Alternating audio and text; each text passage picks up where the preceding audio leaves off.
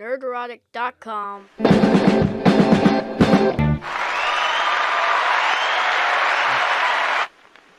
Yeah, that was a quick ending. What the hell? Let's do that again. Thank you. Thank you very much. Thank you. Thank you. Oh, greetings, everyone. How's it going? Welcome to the Nerdrotic Nooner at Night Evening Delight Morning Breakfast Show for probably people in Australia. G'day. So, well, today was quite a day.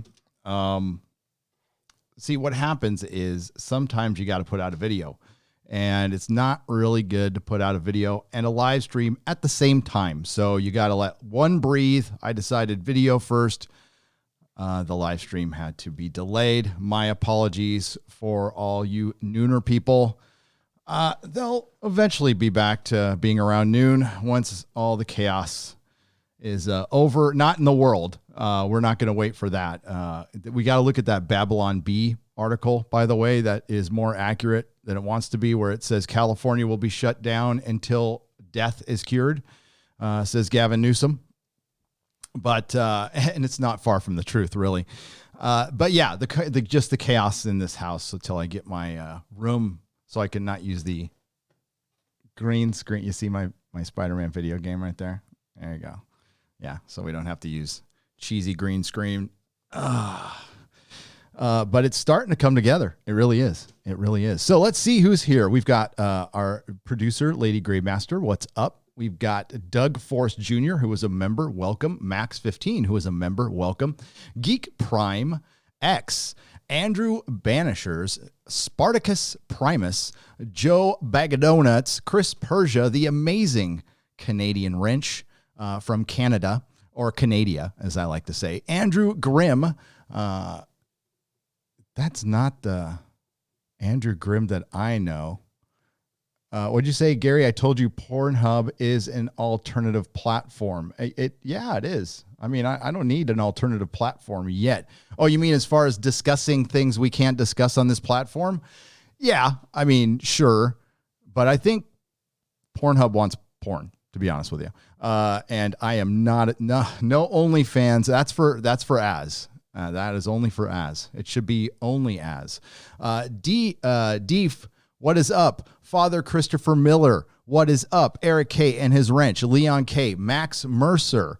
Tiger Stripes, 16-bit mascot. Phil McCracken. Oh, thank God you're here, Phil McCracken. All we need is Biggest Dickus, Dixon Cider, IP Nightly. Yeah, but my favorite is Phil McCracken. Shinto Ketchup. E.J. Johnarino. Adrian J., Tim Kenny, Victor Thomas, and Kenny Cross. Any relation to Christopher Cross? Just wondering. Sailing takes me away to wherever you're going. So, yeah, I dropped, so the video today. I hope I made it clear in the video, and I did a story before that. The only reason I dropped that video was because it's personal. It's very personal at this point in time, and I have never received as many emails as I did on a single subject in a single day within a 3-hour period. I got 100 emails, 100 emails on that one subject, not counting messages on Facebook, not counting what Mrs. Nerdrotic got over on Instagram. We thank you all for the support, looking out for us, having our back. Yeah, the good news out of this is in the realm of common sense, which is not a partisan issue, we are getting a lot more friends. They are waking up every day, thank God. A lot of them way too late, but hey, we need to accept them with open arms when they are willing to see the truth. The truth that, I mean, you hear a lot of this, and I agree with most of it. Most politicians suck. Most, if not all. Vast majority, a very small percentage might actually be there to do some good. I don't know who they are. They're probably, have something to do with the post office. I know, probably not with the post office considering, but whatever.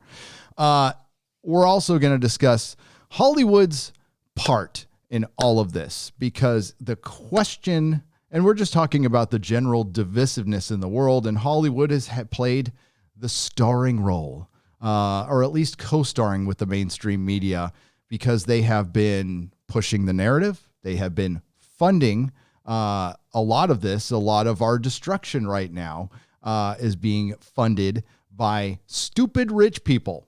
Most of them are of the adult pretender variety, who are not Mensas. Okay, very few of them are. We're talking about people who spent their entire lives pretending, not being themselves, going to drama class, and obviously that's not the world. And they tend to, gather on Twitter with the comic. I don't know. I didn't want to call them comic pros anymore. Comic comrades is good. Comic volunteers, comic babies. I don't know, something. I guess comic comrades is kind of my favorite right now, but I am open to suggestions because they reared their ugly head again with Keanu Reeves, and we're going to talk about that. And we're going to talk about Jonathan Boyega calling out Star Wars, Jar Jar Abrams, that same Jar Jar Abrams that's going to handle the Whiskey Sierra within his own ranks, apparently.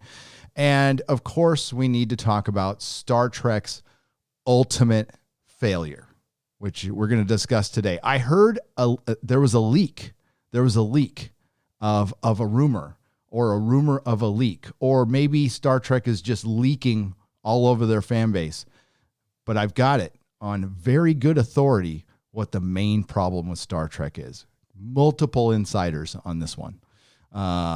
Not really, but actually I've just got multiple facts. That's all. I don't need insiders when I have facts that are out there in the world that tell me that Star Trek is in deep trouble beyond the point of no return, and another franchise in flames that we're just watching die at this point. So we'll get to all of that. We're going to start, as people roll in, with Jonathan Boyega calling out Star Wars. Now, he's been vocal, shall we say, since the get-go on this. And I got to say, it's been entertaining. I don't agree with a lot of what he says, and he's another one of those adult pretenders. But at least, I don't know, he grew up, he was a council house kid, right? So he grew up in the hard parts of the UK, in the bad parts, and he knows what's up. I know a couple of council house kids, and they're hairdressers, as a matter of fact. They're straight hairdressers, and I'll try to put this with a little bit of class. They date more than your average rock star in the 80s. Straight hairdressers. I've said it before. You want to pull, be a straight hairdresser. But if we go to, I want to get to the article here. Let's get to the article. What the fuck is that? That's not the button I wanted to push. Jonathan Boyega blasts Disney after minority cast was pushed to the side in Disney Star Wars sequels. Well, who did that? I thought, I'm pretty sure that was Jar Jar Abrams.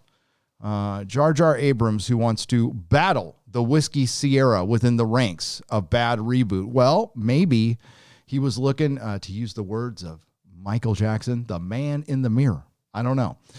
Star Wars and Attack the Block star Jonathan Boyega recently opened up on his disappointment and frustration with Disney. He pointed at their performative treatment of their minority cast members in their Star Wars sequel trilogy. You mean shrinking his likeness on a poster to appease their overlords over across the sea, the country of Winnie the Pooh? Yes. In a recent interview with GQ, his first since the Fall of Skywalker premiered in theaters, Boyega took issue with how Disney sought to bring out a black character, market them to be much more important in the franchise, and then made him a janitor and shrunk him on the poster. Yeah. And then But the thing is, you're saying it now, Jonathan, which is great. I'm glad you're saying it now, but you're saying it now. And then have them pushed to the side. It's not good. I'll say it straight up, Boyega asserted. Boyega then states that Disney knew what to do with Daisy Ridley. Did they? I don't know. She's saying she's blacklisted. She can't find work in the 7 whole months since The Fall of Skywalker has come out. I'm sure that has nothing to do with the coof. But she's going to find it hard to find work because she is the most average drink of water I have ever seen. I mean, she's not horrific. She's not brilliant. She is perfectly average. She is a beige wall. She gets the job done to fill in scenery, to sell a model home. You know what I mean? But she's not an actress that's going to move the needle at all. You knew what to do with Adam Driver. Well, he's actually a decent actor. I'm going to say Adam Driver is a decent actor. And John Travolta love child, maybe, knew what to do with these other people. But when it came to Kelly Marie Tran, when it came to John Boyega, fuck all. So the beauty of this, not unlike the J.K. Rowling article from yesterday, is watching them eat their own.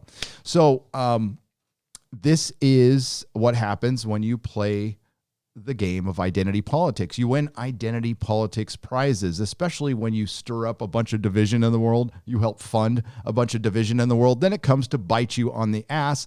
And then assholes like me get a little schadenfreude of boner and read articles like this. It appears that Boyega's entire involvement with the Star Wars franchise left a sour taste in his mouth, as the actor refused to say that it was a great experience. Well, it couldn't have been a great experience. It wasn't planned. It was led by Kathleen Kennedy, and they were pulling everything out of their ass. You had to deal with Reylos. And you had the fandom menace, worried about their franchise, worried about identity politics being injected in their franchise, prioritized in their story that used to just be fun, something that these fans made a $1 billion franchise, and then these fans were told to, well, fuck off. And they were a little upset. So it really had nothing to do with you, Jonathan Boyega. You signed on to play a part. You did the best you could under the circumstances. You have stirred it up with the fans before, but you've also said some shit that's pretty funny. So I don't have anything against him or Daisy Ridley or anybody else. I don't care. They're all entitled little rich Fs now. So I don't care. But again, for Jonathan Boyega to come out now, oh, it's so stunning and brave. Still, it's funny. So keep it up. So what do you want me to say? Asked Boyega, before explaining that what they want you to say is, I enjoyed being a part of it. It was a great experience. Nah. No. I'll take that deal when it's a great experience. The actor also notes that Disney gave all the nuance to Adam Driver, all the nuance to Daisy Ridley, but also states, whoa, hold on. I don't know if you know what that word means. Nuance is what Star Wars was devoid of. It had zero nuance. It was so paint by numbers. It makes paint by numbers look Kubrickian. That's what it makes paint by numbers look like. All the nuance to Daisy Ridley, but also states that it is no secret, as Daisy knows this, Adam knows this, everyone knows, I'm not exposing anything. And this is true. The most interesting thing about The Force Awakens that I've heard the most from everyone, and yours truly, was because he was the first thing we saw in the trailer, right? We saw this stormtrooper escaping, pull his mask off. didn't really trip too hard that it was a black guy because I figured, there's humans in the universe, so sure. But I wanted to know that story. I didn't want to find out it was a janitor. But that is in a nutshell, that's Star Wars. They said, and that's Jar Jar Abrams. That's your mystery box right there. If you want the definition of the mystery box, when you go to the dictionary and you see mystery box, you're going to see this. A freaking escaping stormtrooper turns out to be a janitor. Oh, man, I hope I hit the right one. Wait. Oh, that's not it. Hang on. No, that's not it. That's not it. That's not it. There. I always forget. That's it. I got to remember these. And it's color-coded to avoid confusion, yet I'm still confused. So, yeah, that's Disney Star Wars for you in a nutshell. A stormtrooper becomes a janitor, and that's supposed to be, I don't know. That sounds horrible when you say it out loud. It really does. But that's Hollywood, folks. Furthermore, Boyega spoke out against the fact that his role was constantly minimized by discussions of his race, saying that he was the only cast member who had their own unique experience of that franchise based on their race. It makes you angry with the process like that, Boyega said. It makes you much more militant. It changes you because you realize I got given the opportunity, but I'm in an industry that wasn't even ready for me. Well,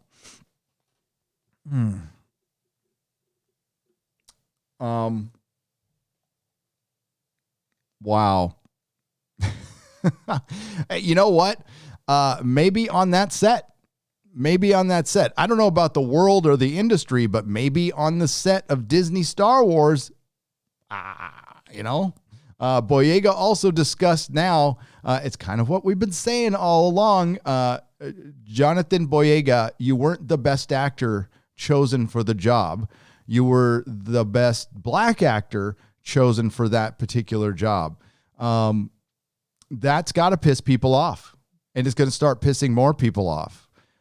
We even heard it from, God, I'm forgetting his name. Oh, darn. It's a comic book writer, and he is from the alphabet community, and he realized after being fired that he was just hired because he was a member of the alphabet community, and he got pretty pissed afterwards. I mean, after he cashed all the checks and knew that they hired him for that and wrote all the stories, but he still got pissed afterwards. So nobody else had the uproar and death threats sent to their Instagram DMs and social media.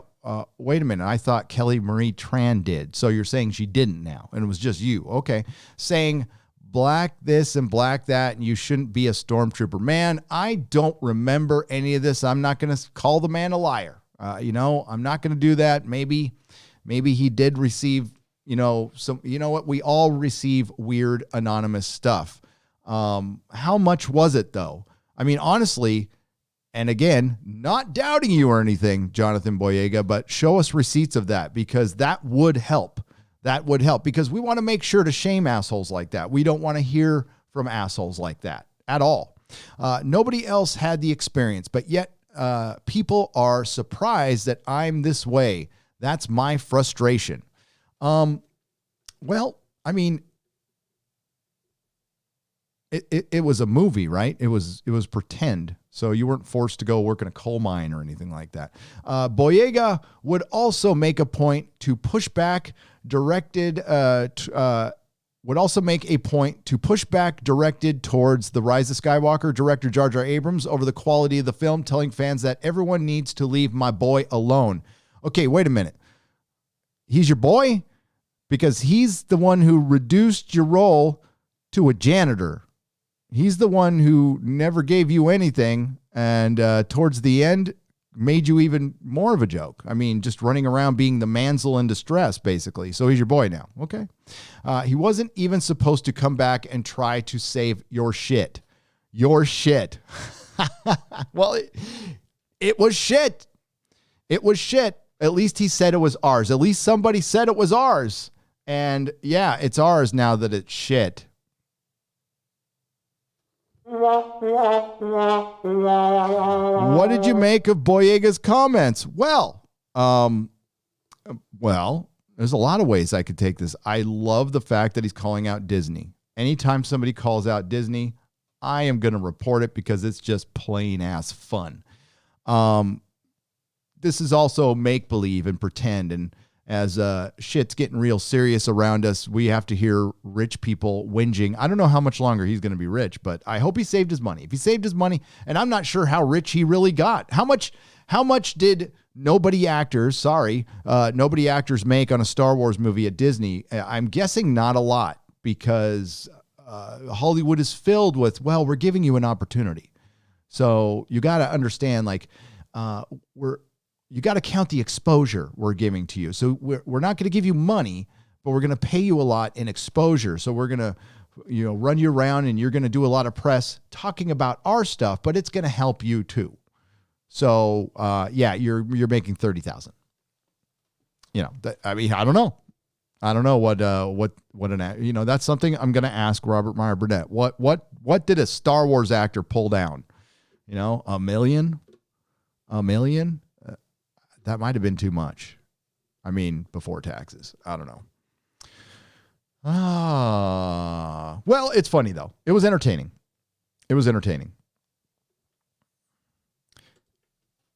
God damn it. Why do I keep going there? That's not a good one to go to. I got to remember to fix that button. So, how y'all doing? Yeah. Well, I'm going to let some questions process on that article. And of course, yes, I dropped that video today. The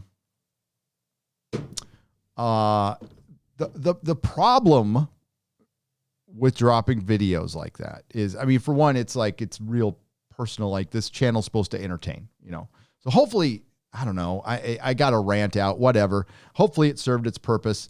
It's not anything I'm going to make a habit out of. I'm not a political person. It just happened to really affect our lives personally. That's it. That's all. The Speaker of the House is not somebody I'm going to bring up on this channel on the regular. Not her biggest fan. Okay. And well, she has a lot of enemies now who were her fans a couple of weeks ago. So, you got to thank him for being this stupid and arrogant. And it's all this elite class that we have in this country now who are the most ungrateful fucking people in the world. And they don't understand. That's why we get pissed off when we see a rich politician or celebrity bitching about something, bitching about inequality, when they just pretended for a living, right?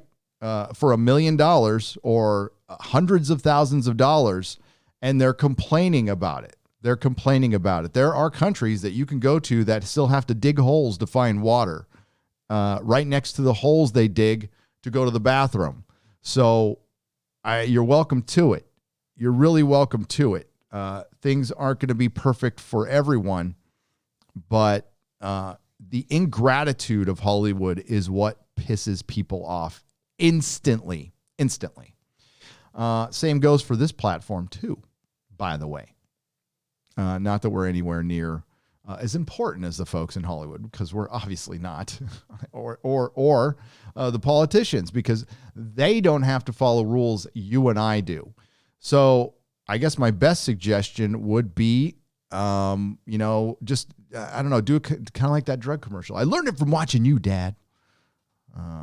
Perry Chan already took care of that one too. Let's get to a couple questions here. And then we've got to talk about Star Trek. Oh, why is this window up? I don't need this window up. I'm not in a time limit tonight, by the way, so we can just go for a while. We can go for a while if you'd like that. Oh my God, why do I have two chats up? That's why. Okay. Bearded Warrior for 5 pounds. Biden is debating Trump at the end of the month. Anyone want to bet that they say he can't cause, he magically gets the fear bug or gets replaced by Kamala? Probably. It'll be entertaining. I'm going to watch, and I usually don't watch debates. They put me to sleep, but I think this one's kind of important. But honestly, I wait till the end. I just wait till the end. Reason being, my vote does not count. It just doesn't count because I am a double felon. Mr. Insanity for $4.90. But we'll see. We'll see. Mr. Insanity for $4.99. Hail, saw Tenet yesterday. Gotta say, I really liked it. When you get to a theater, see it immediately. All right.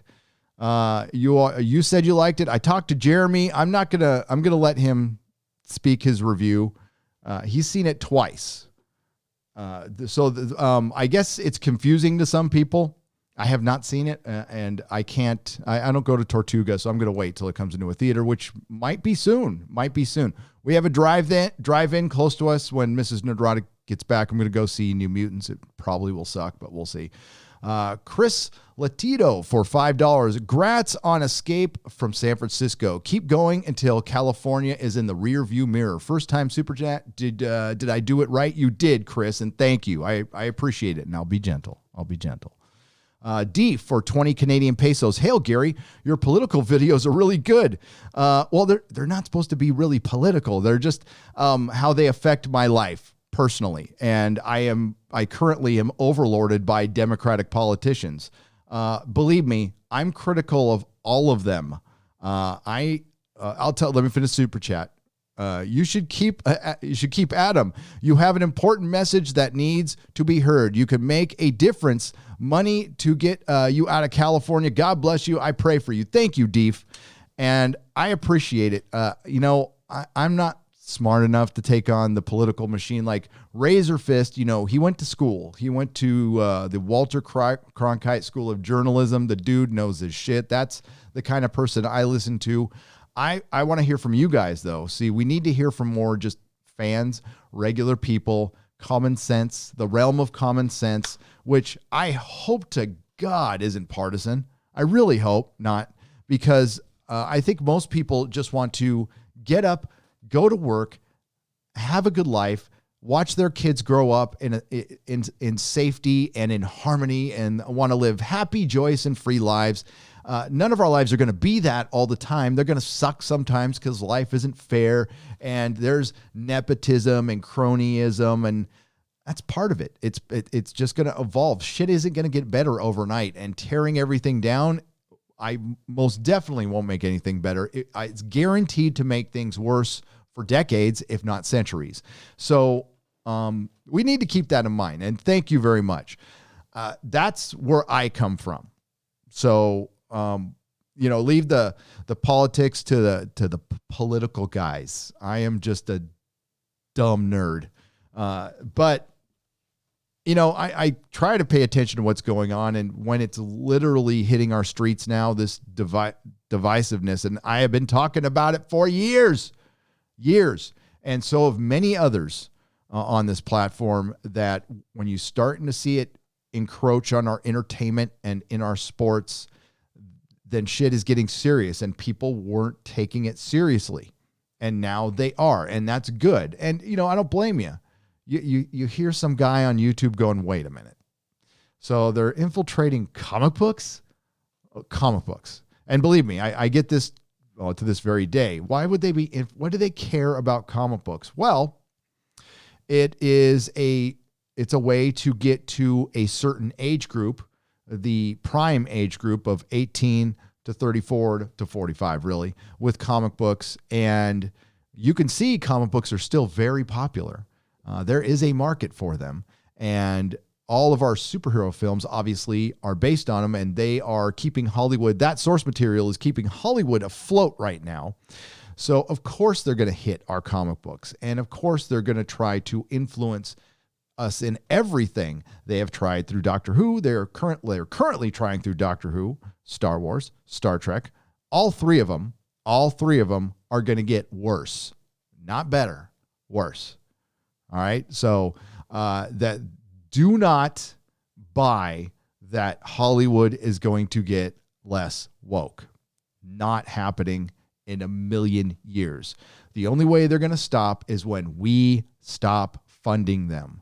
And right now, They are funded by the government. They're funded by us through all the relief and all the PPP loans and all that shite.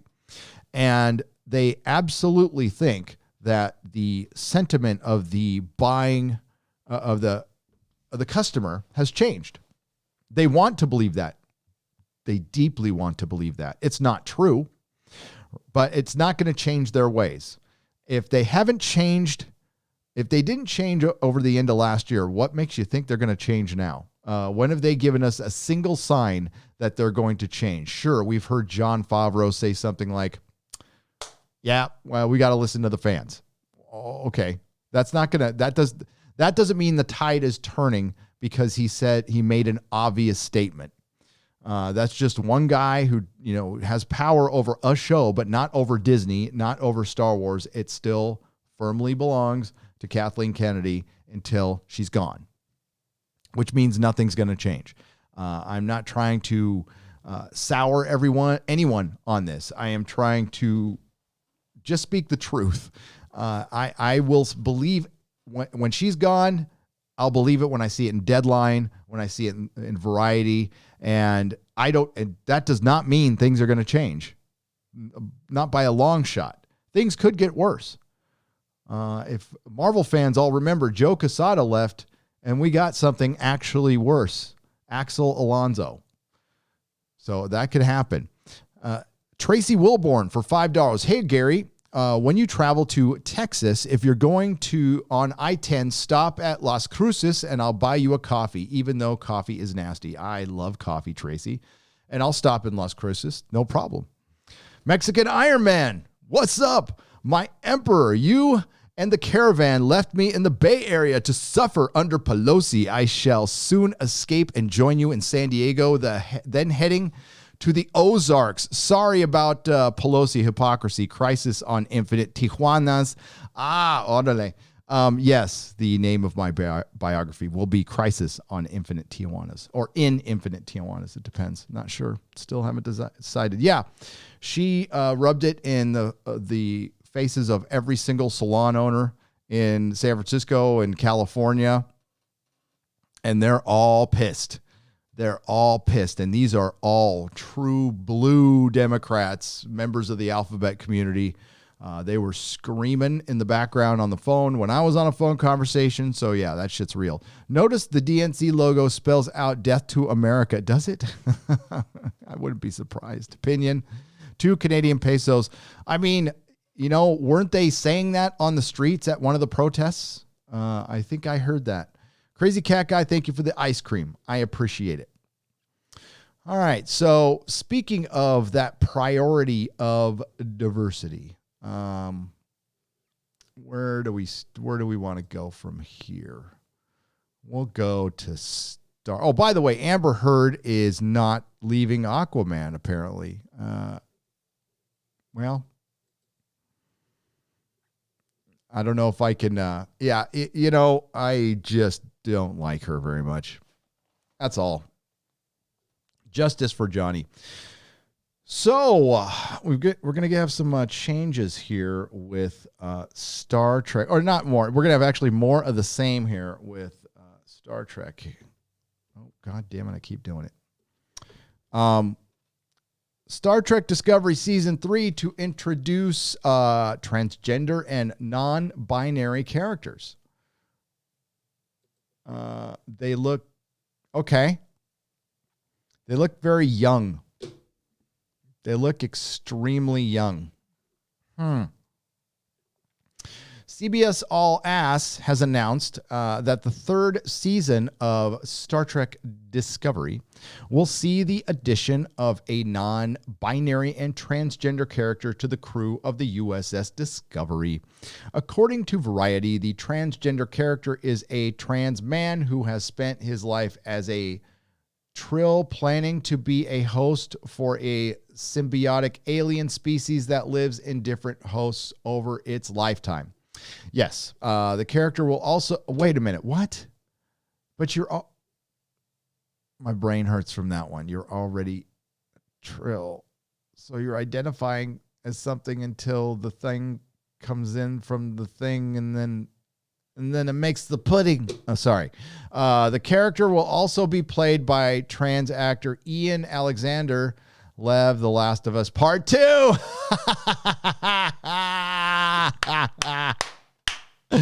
Oh, no, you can't make this shit up. Oh. Okay, I'm not here to bust on anybody's personal appearance. Non-binary actor Blue Del Barrio in their first on-screen acting role will play Adira, a non-binary character who bonds with Lieutenant Commander Paul Stamets, Anthony Rapp, and Dr. Hugh Culber, Wilson Cruz, the first same-sex couple in Trek. So they're going to pair the non-binary couple with the gay couple because of segregation. I don't know. See, this is the priorities of Alex Kurtzman's Star Trek. The reason they have to do this is because they write terrible stories. So a Star Trek fan isn't really going to be bothered by any of this as long as they have a good Star Trek story. Unfortunately, in all the years of Alex Kurtzman, we haven't received a good Star Trek story yet. We got a below mediocre episode of Star Trek Lower Decks, but it was just boring and it wasn't offensively bad. So I guess if we want to say that's a victory.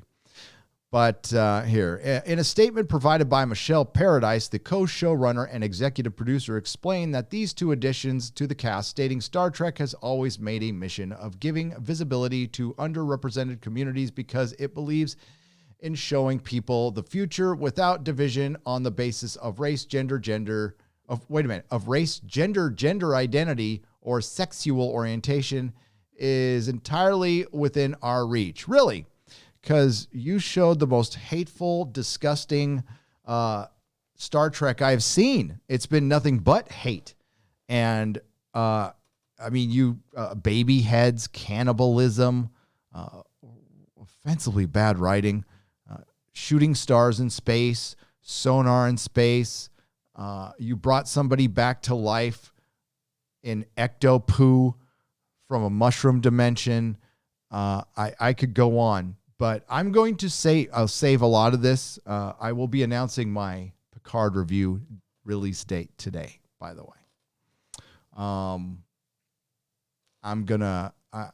I can't wait to get it done. I'm really motivated to get it done. And I'll tell you why in just a second. The characters' identities are set to be treated with respect. Oh, well, I thought you were going to disrespect them. As Paradise said, we take pride in working closely. So they're not going to be written with any nuance, with any personality, because they're going to have to be treated with respect. So they're going to be written like all the other characters on the show, except for Michelle Yeoh right there, who acts like your mom trying to act sexy, which is just cringe as hell. Ian Alexander and Nick Adams at GLAAD. Okay, in working closely with Blue Del Barrio, Ian Alexander, and Nick Adams at GLAAD to create extraordinary characters of Adira and Gray and bring their stories to life with empathy, understanding, empowerment, and joy.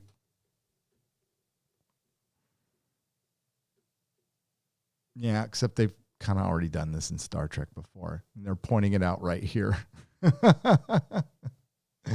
In Star Trek The Next Generation, the Outcast, audiences are introduced to Janelle, an alien race that has evolved beyond gender and exists as genderless, androgynous individuals. Yeah, see, it's okay. It's okay, because I'm going to tell you what Star Trek Discovery's ultimate failure has been.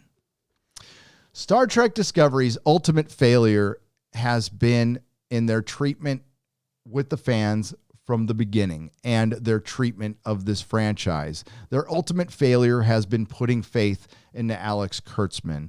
As far as politics go, it was Patrick Stewart who introduced them in his review. It was Alex Kurtzman and the two fired showrunners before that who introduced the partisan by basing Klingons on Trump supporters.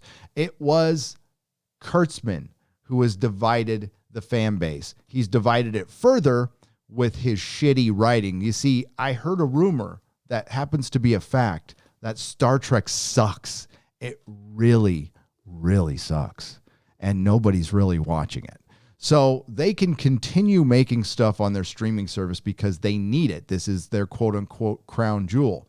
Another fact is that Emma Watts stated from Paramount, which apparently they're talking like Star Trek is still separated. Like there's a TV version and there's a movie version. So she was speaking to the movie version of Star Trek, but she said it had to be reinvigorated at its core.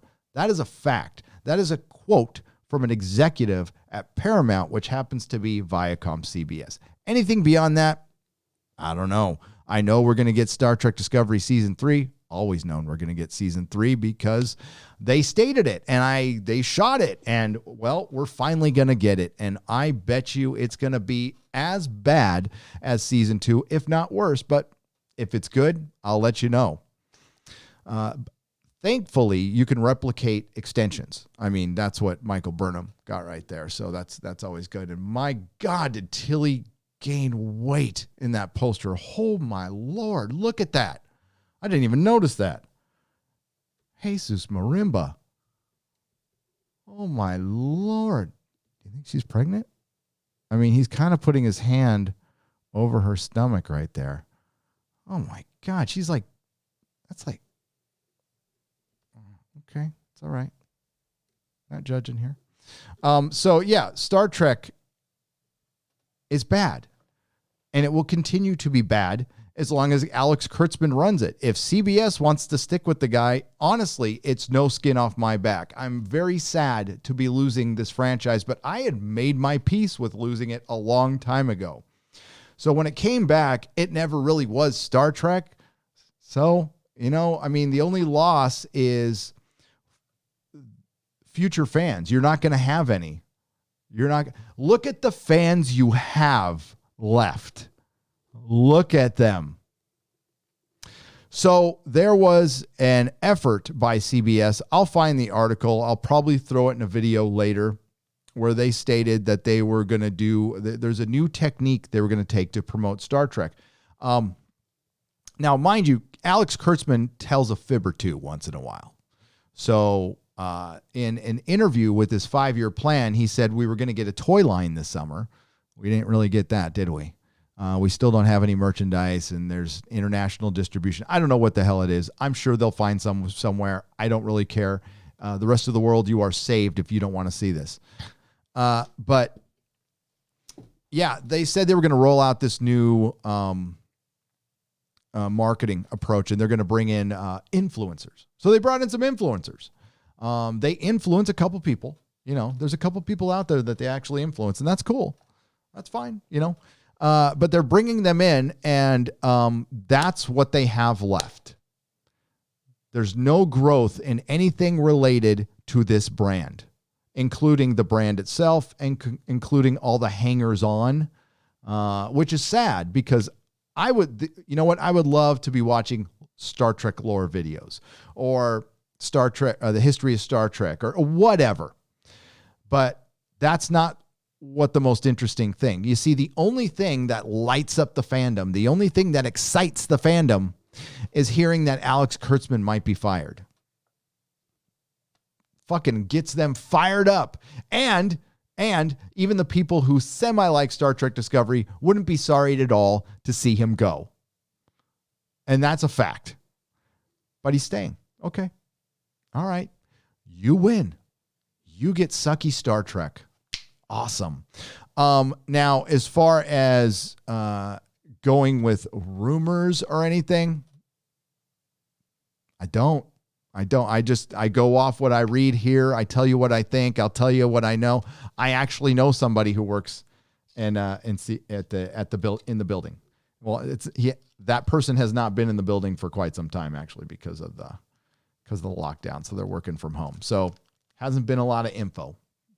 All I've heard is everything's still a go. That's all I know. Picard, there is problems with Picard, and we'll see what I don't know the details of the problems. It could be just logistical. I'm not really sure. That's the only thing I've heard. Only thing. And I can't, other than we don't know what type of problems. It could be catering problems for all I know. I don't fucking know. And I don't really care. All I want to see is good Star Trek. And if it's shitty, I'll tell you. I'm going to go back to reviewing Lower Decks tomorrow. So sometime in the morning, I'm going to review the episode. It's going to go on Nerdrotic Live. It's not worth putting on my main channel. It really isn't. Because again, it's not offensively bad. Like Star Trek Discovery is going to be laughably bad, I suspect. If it's anything like season 1 or season 2. I mean, we've got the same writers. So if anyone expects any different, because we have the same writers and we have the same showrunners. So if you go, well, this time it might be good. This time Alex Kurtzman and Michelle Paradise might learn how to write some Star Trek. Well, no. Remember when you said that for Star Trek Discovery Season 2? Remember when you said that for Star Trek Picard, which is so much worse than Discovery. And I can't wait to show you and share it with you in my review, which will be out. I want to release it on a Tuesday. So we'll say the 21st of September. That's going to be a Monday. The 21st of September, my Star Trek Picard review will be out. All right? All right. So Star Trek's failure is in not getting rid of Kurtzman, not listening to their fan base, not doing anything to help grow this brand. They are now 5 years into the Alex Kurtzman project, and it feels like they're stuck in the launching pad all the time because they are. They're constantly changing they wanted all their Star Treks to be different, and they're not. They're all the same. They all suck. So they failed in that. They failed. I mean, look at everything Kurtzman has done. Anything that was semi-successful, he had Roberto Orci with him or Jar Jar Abrams with him. When he's on his own, he sucks. Michelle Paradise is a CW writer. That's all she'll ever be. She can go write whatever, Savannah Nights, or I forgot the name of the fucking show, fucking Vampire Diaries. Go write that shit. Don't write this. So, and all they have to announce is this. That's all they've got. They go virtue signal, virtue signal, virtue signal. I mean, forget the stories and everything. And we're not going to give any of these characters any complexity at all because we are bigots. We're bigots. So there you go. Fucking Star Trek. It's hilarious. And I'm aware that people are trying to get my attention on this platform. My policy remains the same. I'm not gonna bring any attention to somebody who really desperately needs it. I'll say this. I always give the same unsolicited advice. If you're on this platform and you have to call out other YouTubers, whether you feel justified, whatever, nobody is interested in that. It might seem like it. You get a lot of little comments. You get some people in the live streams. But if you look at the actual traction, if you look at your analytics, people hate it. Hate it. So every time I see that happen with another, it's usually a channel that individual channel is struggling. I will tell them the same thing. Reconnect with your audience. You're not going to connect with your audience by attacking somebody else and their audience. However justified you feel, however right you might be, doesn't really fucking matter at this point because people just don't care. For some reason, they like the other guy more than they like you. You have to figure that out. You have to figure that out because you can get mad at the other guy all you want, but that still doesn't change you. I'm saying, that's all I'm saying. And, I'm not perfect at this stuff either. And you always got to try and connect with your audience. And, it's not about telling them what they want to hear because I don't think audiences are dumb. I don't think the people who join me here are dumb. They can see through bullshit like that. And maybe that's why you're not connecting. Maybe because you're bullshitting and they caught you. I don't know. I don't know. There's a lot of questions, a lot of answers that you're going to have to find yourself. So,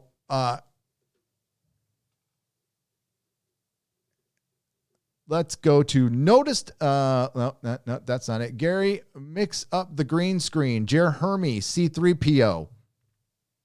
Drake is 6 for $2. I don't want to mix up the green screen. I don't want to be using it for very much longer, to be honest with you. And it looks, I don't know. I could put Gavin Newsom behind me with a knife, but no. Boyega threw some gas on Disney and lit a match. Made me smile so wide. Wonder if any others will get spine and speak like he did, said Mr. Insanity for $4.99. No, they won't. They won't. And honestly, I would like to see that's great because he's free to do that. And I don't think he will suffer any consequences for it. To be honest with you, if he does, he'll just say, what, you're not hiring me because I spoke out because I'm black? Fuck yeah, they're going to hire him. You kidding me? So yeah, he's free to say all kinds of shit now. Probably more free than any actor in Hollywood right now to say whatever the fuck he wants, and he'll go get another job because they're scared to death because they're all bigots in Hollywood. They're all bigots. I'll say it again. I worked there for 2.5 years. And while I met some pretty nice people, I also met some complete shitheads, devious a-holes, and backstabbing cunts. And I will say it was the most racist, sexist, homophobic place I've ever worked, including the auto industry, where I worked the majority of my life, even more than the comic book industry. The comic book industry is catty. It's just catty. It's catty between shop owners, and the artists are all a bunch of artists.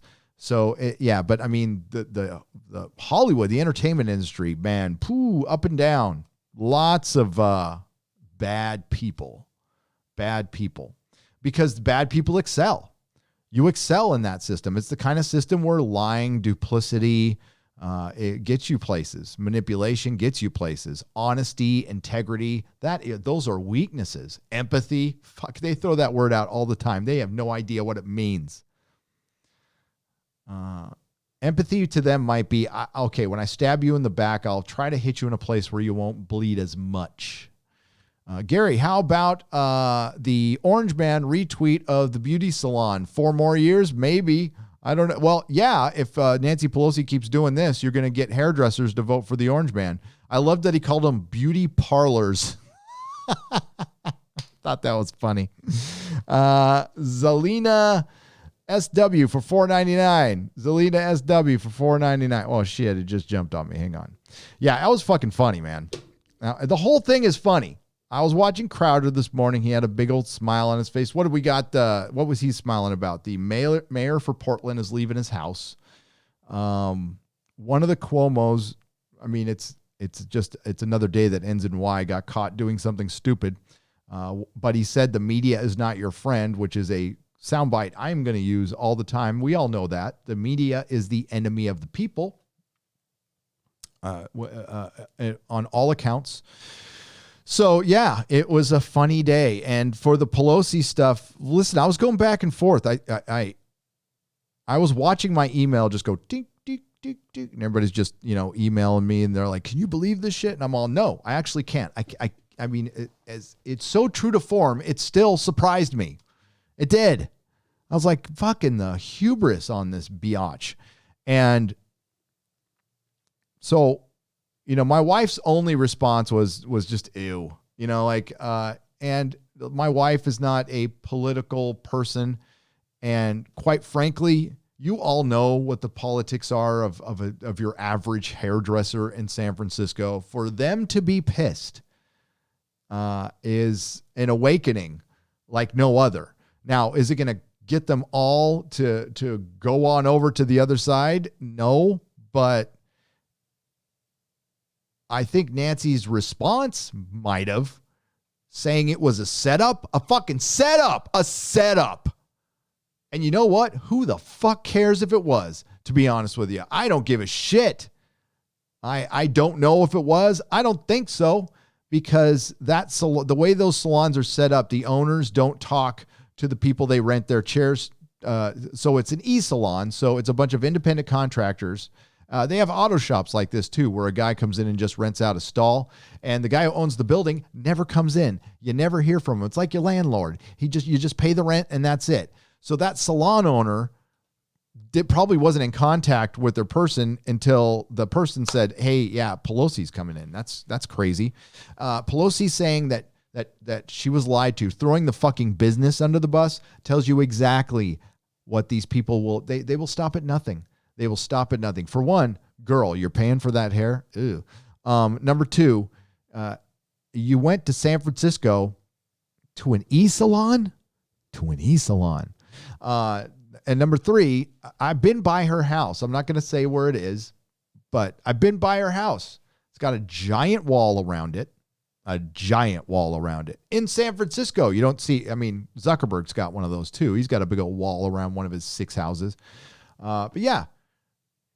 She knows. She's in San Francisco a lot. She's in constant contact with the politicians there, including the mayor. She knows what the fuck's up. She's fucking lied, and she got caught.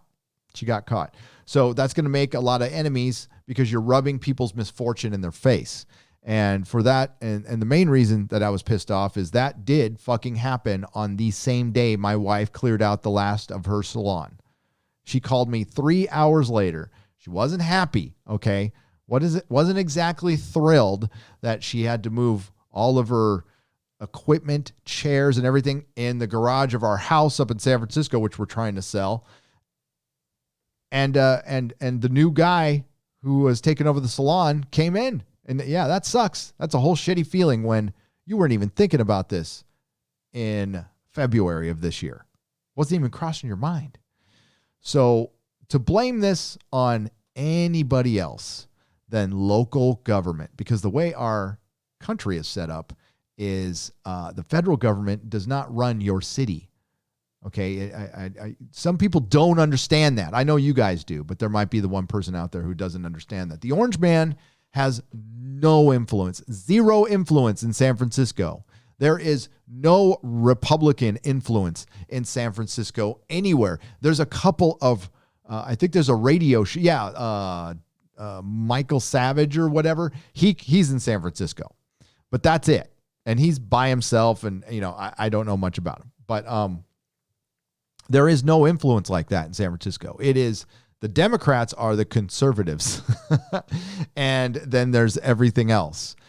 And for the most part, though, people like cheddar. They like to make money, and they weren't real respectful of small businesses, but they wanted them there because they were fleecing the hell out of them, and that's who paid for everything. We paid for fucking everything. The homeowners and the small business owners, we're the ones that make that city go. We pay the bus driver from Muni who, okay, you want to hear a shitty story? This is a true story. So Muni is the municipal bus drivers in San Francisco.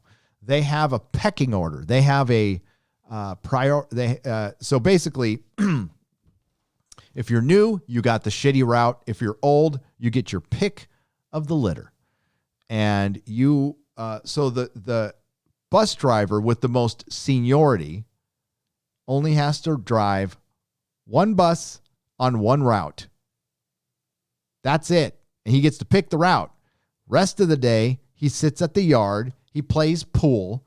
He yaks, he chits, he chats. So a couple of Muti went on a little hiring spree a few years ago from dealerships, and they were hiring mechanics because they didn't have any mechanics. So they were offering them like gobs of money because there was a shortage of mechanics. And they hired a couple of friends of mine. So they got hired, and then they checked back, and they're like, dude, I don't do anything, and I make $250 a year. And I'm like, whoa, what? He's all, yeah, $250,000 a year. I don't do shit all day. But then he's telling me the story of this bus driver who pulls down more than he does, who drives once a day and sits there and bullshits at the yard. And he's like famous on the yard there, apparently. I've never seen the guy personally, but yeah. So that's what we're paying for, that seniority, those city workers. By the way, I think, let me find a tweet from my wife's cousin. Yeah, she was talking about this yesterday. So as 54% of the business has been shut down in San Francisco, California. In San Francisco, California, we got to find her tweet. There's plenty of city workers. And they're making, I believe, let me get you the number because I saw it yesterday. It wasn't 1,900 of them. It had to be 19.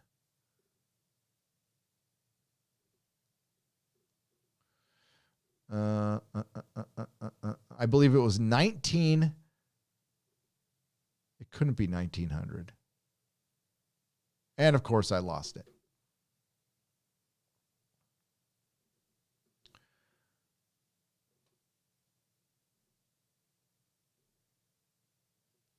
Oh, she retweeted me. That's nice. Hi, thanks, Sammy. So, yeah, I can't remember what the number is now, but there is an ungodly number of city workers making over $150,000 a year. Yet, the latest report from the San Francisco Chronicle stated that San Francisco is one of the most bloated cities in the country. It is one of the worst run cities in the country. A city budget of $11 billion. For a city of 800,000 people. $11 billion. What the fuck? Oh my God. But I mean, they've got buildings to build and they've got Zuckerbergs to suckle. And yeah, I don't fucking know. I can't find the number now.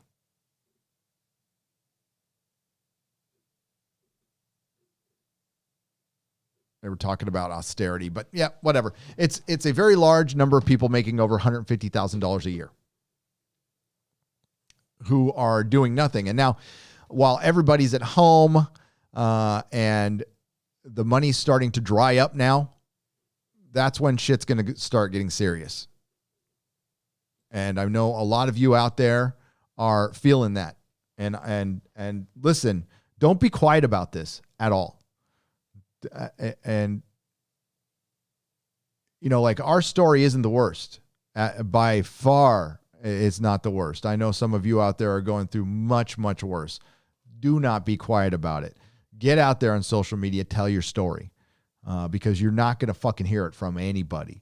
The only thing I'm thinking of is like, I'm thinking of my wife and I'm thinking the shit that she went through, but I'm also thinking about, it was in Minneapolis, that guy's sports bar. Was it Minneapolis? The guy whose sports bar was burned down and he was crying. Yeah. I'm thinking about that guy. I'm thinking about the people who, like, you know, I came from nothing. I worked my ass off to have a fucking sports bar. It's my life's dream and I'm doing it now. And then some fucktard burns it down. And it was probably a white dude who burned it down and burned down this black man's dream that he had to work his ass off for. And, you know, chances are maybe he had to work a little harder than the average person to get there. But that's, you know, a lot of people do. Some of us are behind the eight ball a little more, and some of us are put behind the eight ball because life isn't fair. So I've had to work a little harder than some people because of my bad decisions. All right. So I'm not blaming anybody that I had to work harder. I just did. Because I'm less educated. I dropped out of, I got kicked out of 3 high schools. And I've been to prison. And I wasted a lot of my fucking life getting loaded and partying. And, you know, I had to pay the price. So I had to work a little harder. And I was thankful for whatever I got. Because personally, I didn't think I was going anywhere in life. When I finally started straightening out my life, I'm like, man, I got no skills. I can barely fucking read. I can barely write my name. I'm an idiot. I don't know what the fuck I'm going to do. So when I got that parts delivery job, I was happy as fuck. I loved it. I loved that job. So, and I'll never forget that job ever. And it led to this. Who knows? You know, so people are really trying to sell that meritocracy is bullshit. And everything is stolen now and everything is wrong and everything is bad when it wasn't 7 months ago. We have some engineered bad going on right now, and enough of the fucking small talk on this shit. Everything past, I'm not saying like the coof most definitely came from another country, and it did come here, and it did affect elderly people and people with pre-existing conditions. But that's about it. We could have kept the economy open. It's pretty clear at this point now. And it was used as for politics. Unfortunately, the apocalypse came on an election year, and if the Four Horsemen came on an election year, they would probably be diverted, or two of them would be on one side and two of them would be on the other, or maybe one of them would vote independent. I'm not fucking sure, but it would be partisan. So we all, have to suffer. But the thing is, like, we can bitch and moan all we want, right? And we have every right to do that, to be honest with you. But there's a point where we got to say, enough of this shit. We got to turn the page and really just get out there and get to work at this point. Be safe, make people feel safe. That's the most important thing, is you're going to have to deal with a lot of scared people right now because they've been fed fear porn constantly for months. Not you. You are a smart person. You turned off the news a long time ago. But there are people who haven't. And, I just went to the gym for the second time today, which was fucking glorious. It was magical. It was like a religious experience. Seriously. I got almost emotional in there. So I was so fucking happy to be there. But there was nobody in there. It's open. Where the fuck is everybody? There was like 6 of us in there. So that needs to be fixed, because once we get open, we can't just flip everything on, because there's people who are just legit scared that they're going to die if they go outside. You know what? There's always that chance. There's always that chance. But that chance, the percentages from that chance changing from before, say, 2020 to after 2020 are very small, very, very tiny, very, very tiny. So hopefully, you know what? I'll be real. I will sit in a movie theater right next to somebody without a mask on. That's how unworried I am.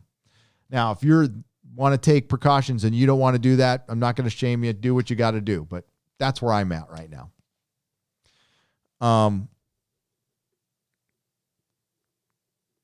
Fuck, though. I mean, like, it's, and there's industries you cannot turn on again. And the one we cover the most, Hollywood, cannot just flip a fucking switch. They are so unbelievably screwed. So they are absolutely panicking behind the scenes. And you're going to see a lot more Daisy Ridleys start whinging.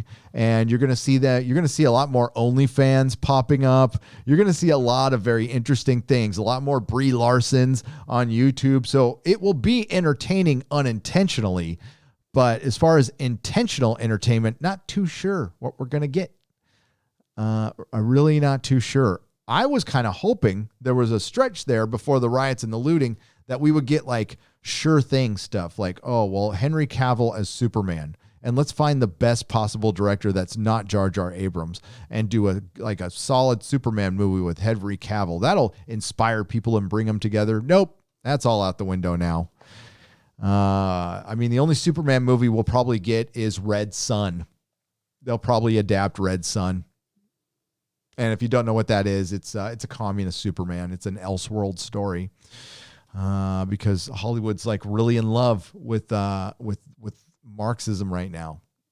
Although it's completely antithetical to everything they do, still they love it. So I've never gotten that one at all.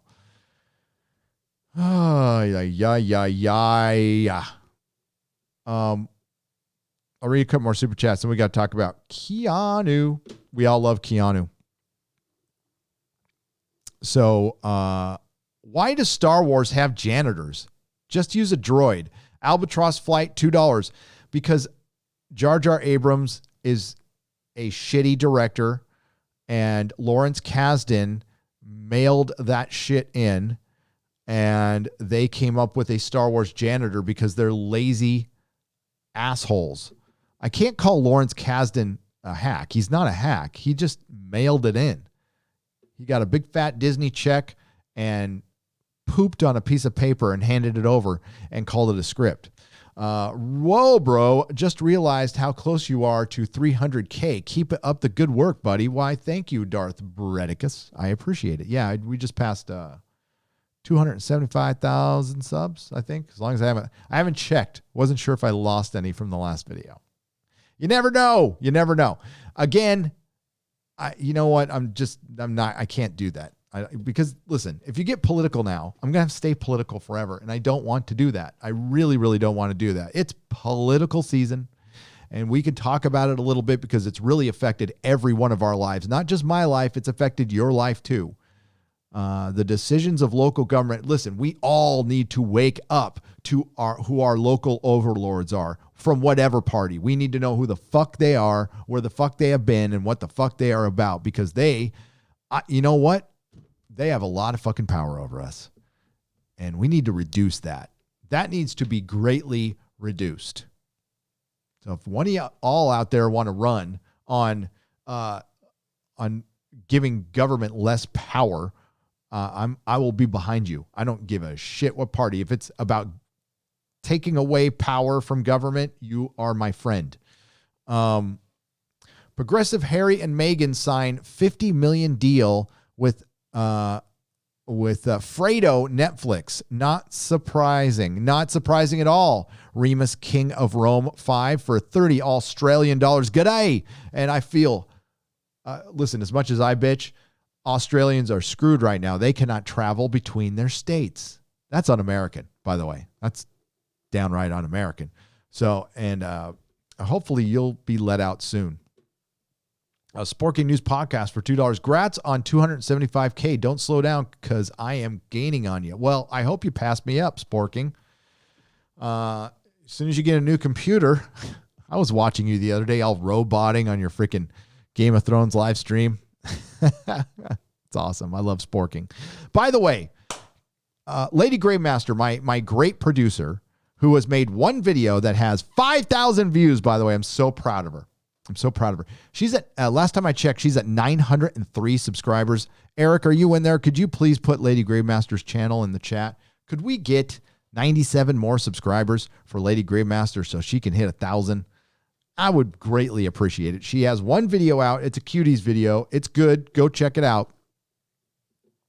I would appreciate it.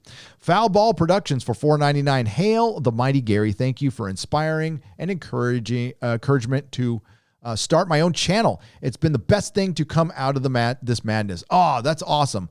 Start your own channel right now. Let me give you some unsolicited suggestions. You can talk about politics. If you're good at talking about politics, man, jump on it now. Go on there and jump on it now. For one, we need more common sense voices out there, and the more the merrier. If you know your Hollywood stuff and you can mix it in with, if you don't want to talk politics, then definitely go to Hollywood, cover TV, cover Star Trek, or sports. If you know anything about sports right now, jump on it. Sports is hotter than hot. I gave up the sports ball, but I will say, Hollywood, we're seeing some foreshadowing here for Hollywood. So, and I've been saying it for a long time. With the baseball ratings, I say sports ball. I actually know quite a bit about football. I loved it my entire life. And I was a Charger fan. Then they ripped them out of San Diego, so I don't give a fuck about football. But I was a season ticket holder for many, many years. And my dad was an original season ticket holder when they were in L.A. and came to San Diego. So lifelong Charger fan. Not anymore. And loved the Padres for most of my life. And I know they're good now, but I'm not going to root for them. Why? Because I'm done with sports ball, because sports ball went woke. So you're seeing what happens. Sports ball is suffering greatly from going woke, going full woke. Their ratings are down. It will be no different for Hollywood. It will actually be worse, because I do believe people will return to sports in arenas. Unfortunately. Now, maybe some of the numbers will degrade, and that will probably hurt. I think people will fully come back to basketball. Not too sure about baseball. Hockey, in Canada, they're always going to go. Football is going to be the question, because football is not aware of who their base is as fans. They do not understand. And watching Roger Goodell go out there, by the way, hardcore Republican Roger Goodell, all of a sudden flipped. No, what he is he's a neocon. He is the establishment. He is very much of the establishment. So, of course, he's going to do what he's going to do. And I think football will suffer. Football was always growing, constant growth. And then they hit a blip a couple of years ago. They were starting to come back. They just lost it all. And it depends on how the economy bounces back. I know they were asking for $5,000 to $7,000 for the personal seat license in the LA stadium for the Chargers that they're going to share with the Rams. They're going to be the Rams' little bitch in that stadium. Yeah. Is anybody going to have that in LA? In LA, a town. Oh, they're also fleeing from LA. Everybody's fleeing to a state near you, including celebs. And of course, Tom Hanks moved to Greece. So weird. What a random country to. By the way, most movie stars have been moving to New Zealand. That I understand. New Zealand is a beautiful country with. They're very limited who they let in. Some of the New Zealanders out there will confirm this. They don't let just anybody in. And apparently, if you're American and you want to go there now, you have to have like a special visa. You have to quarantine for 14 days. But the movie stars are still going out there and not just to work. New Zealand is beautiful. It's fucking Middle Earth. You know, I would want to go there. Greece is cool. I was in Sicily a couple of years ago, so that's kind of Greece-like. And sure, it's cool, but it would be like Tom Hanks, and no offense to any of these countries. They're beautiful in their own ways, by the way. But we're talking about rich, elitist Tom Hanks moving. It would be like he moved to Tijuana, you know? Seriously. There's parts of Mexico that are awesome, by the way.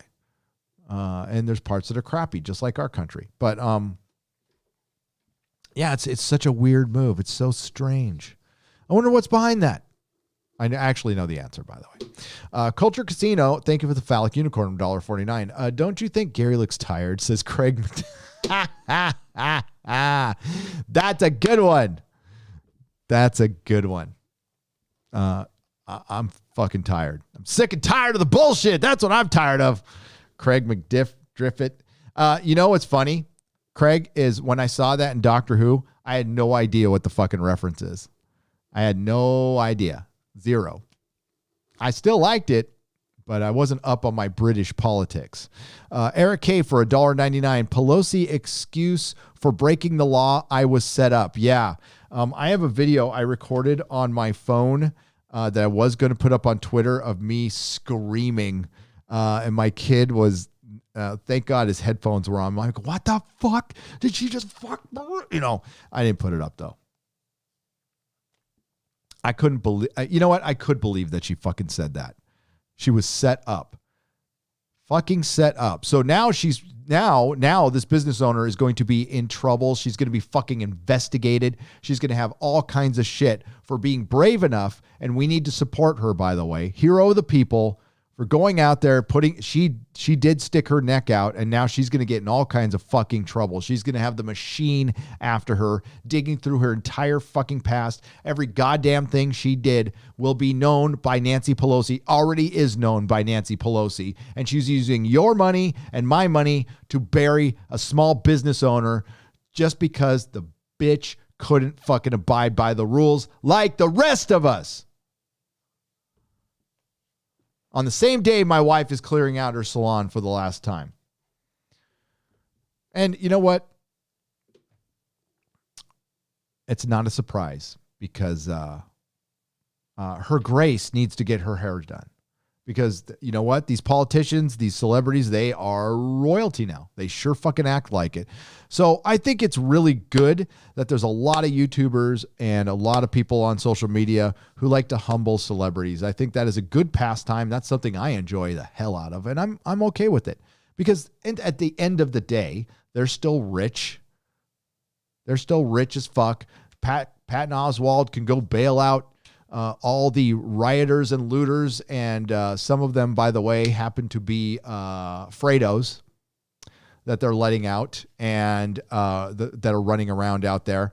And he feels good for a day while he was probably responsible in a way of burning somebody else's business down.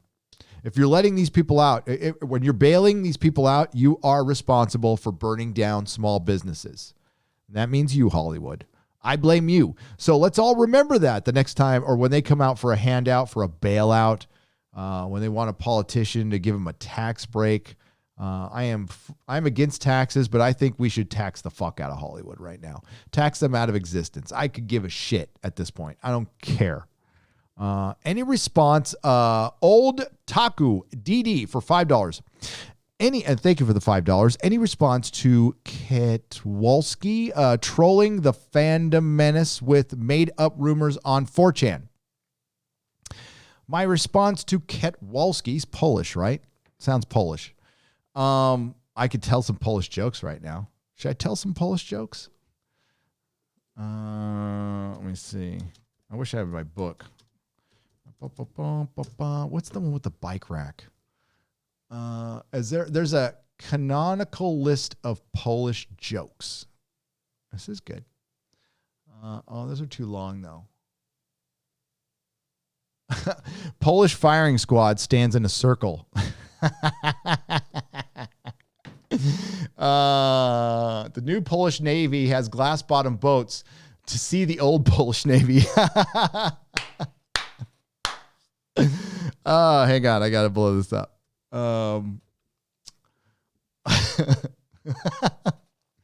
Polish kamikaze flew 48 successful missions. Polish loan shark lends out all his money, skips down. Sorry. It's been a long time since I've heard some Polish jokes. Ketwalski, I'm sorry. So Ketwalski is a YouTuber. Yeah, he's got 15,000 subscribers. That's pretty good. Little guy's getting up there. So yeah, he was supposedly trolling so he spent a bunch of time making up rumors, I guess, over the course of months to try to see if people would make videos on the rumors on 4chan. I guess he worked with somebody else. We've known this has happened before. That's why I don't run with 4chan stuff. The only rumors I've ever run with they weren't from 4chan, they're from Reddit, was for Game of Thrones, which turned out to be right. And as far as Star Trek 4chan rumors, haven't touched them because who cares? I would rather talk about what's happened. But I'll certainly talk about somebody else talking about them. No problem. But my response is, wow, you took the time to make up fake rumors so other people would make videos. Does that make Star Trek better?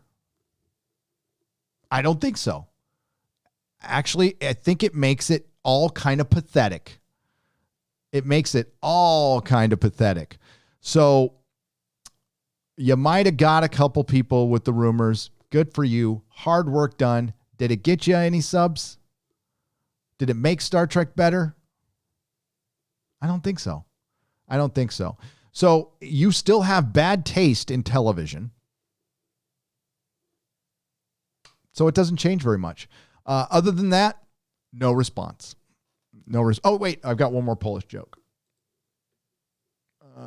Why don't Polish women use vibrators? It chips their teeth.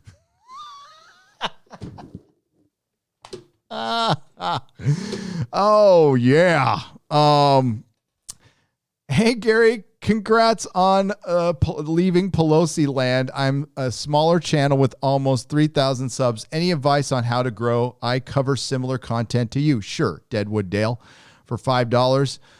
Keep it real. Tell people what you think. You know what? You can even run with a rumor or two because you're just running with rumors. And if you do run with rumors, just make sure you say so, and you'll probably get a lot of excitement because people, again, want to hear about. They would love if Alex Kurtzman or Kathleen Kennedy got fired. That would be the best news to happen to Star Trek or Star Wars in a long, long fucking time. But no, just be real. It's going to take a while, so make sure it's a hobby for a good few years. But do what you enjoy, Deadwood. Start out doing something you enjoy because your audience will connect through you, and they're going to sense. I mean, if you're just picking up stuff you don't know much about or anything, it might get you traction here and there, but eventually people want to connect.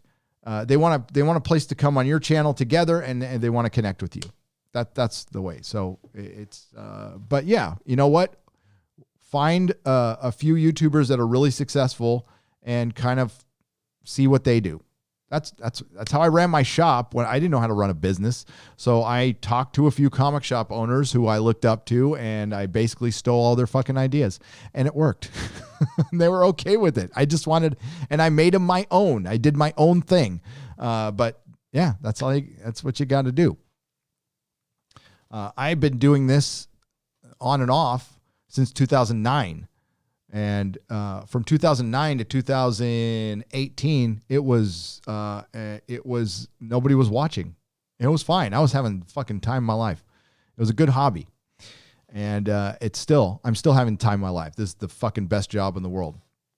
And think about it. You make it where somebody wants to take time out of their life, and life is short. I mean, imagine if you're Kowalski and you wasted a bunch of time, and then I don't want this to happen, but you had an accident, and then he's on his way up in the pearly gates, and he goes, shit, I spent the last few days of my life trying to troll another YouTuber because he made my fifis hurt about Star Trek. Shit, that would suck. Giving you support. Thanks for screen capture my deleted tweet. F Twitter. We need to expose the corrupt elites. That's right. Christopher Arcella, thank you for having my back. On Twitter, Christopher Arcella said, and I quote, well, I'm going to paraphrase you, buddy, because I can't remember everything perfectly. Thank you for the $5. He said, wow, did you hear about that Pelosi thing? Your wife must want to punch that bitch. And Twitter called that hate speech. I think it was a hypothetical. Now, if my wife was, I don't even want to go there because YouTube probably wouldn't like it. My wife is not afraid to throw. She used to get into the pit back in the day. My wife was a little punk rock girl. She would get in there and freaking roll in the pit. So yeah, yeah, don't even fuck around. And Sporking News Podcast, thanks again. So let me see here. Ryan from the next San Francisco, Sacramento. Hello, Ryan. Thank you for the $2. It's good to hear from you. It is good to hear from you. Yeah.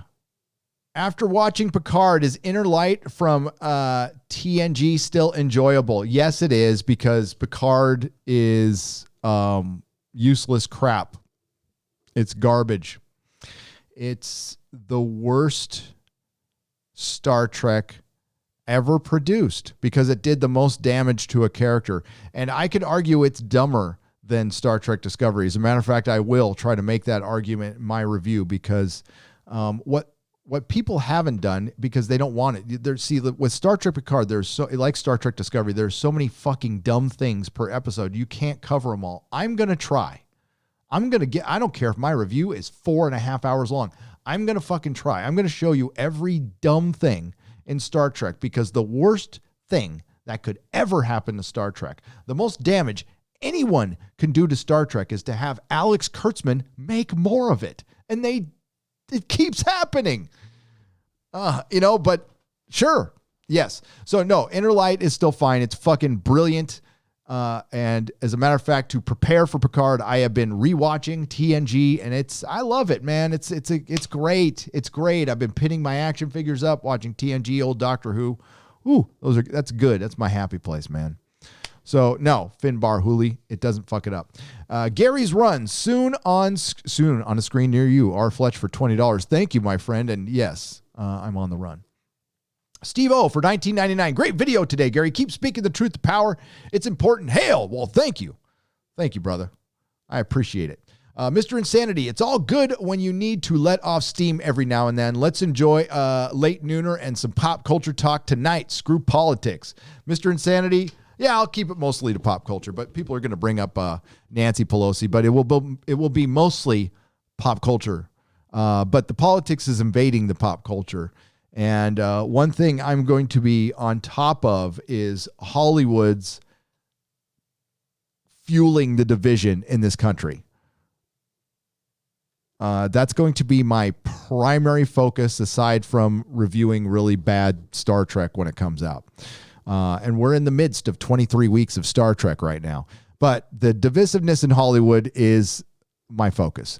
Hail Gary from Central Florida. Keep up the good work. Here's some moving money. As for the final move, Florida allows ex-cons to vote. Just saying. Wanderin' Paladin. Thank you for the $5. They do, huh? I wonder if Texas does. I could, I guess, go for a pardon. But I mean, fucking why at this point? Right now, I don't want anything from the California government. They can fucking suck a bag of dicks. Left has ruined everything. Screwed Star Wars and Star Trek, my football team. Now they are burning cities to the ground. Intolerant authoritarians. Shinobi Kenobi for $5. You're not wrong, buddy. We need, at this point, I think the classic liberal has got to escape, because they're just going to be called Yahtzees now too. I mean, it's happening daily at this point. Centrists are Yahtzees. Here's a little something to help with your ex-Cal project. Thank you, Fred W. Manzo, for $4.99. I appreciate you. Thank you for the good job thumbs up sticker. Carlos Batista for $5. Hail, brother. What a move for $5. Hey, have you heard about SB 145 passing in California? No. What the fuck is SB 145? I'm afraid to look. I'm really afraid to look.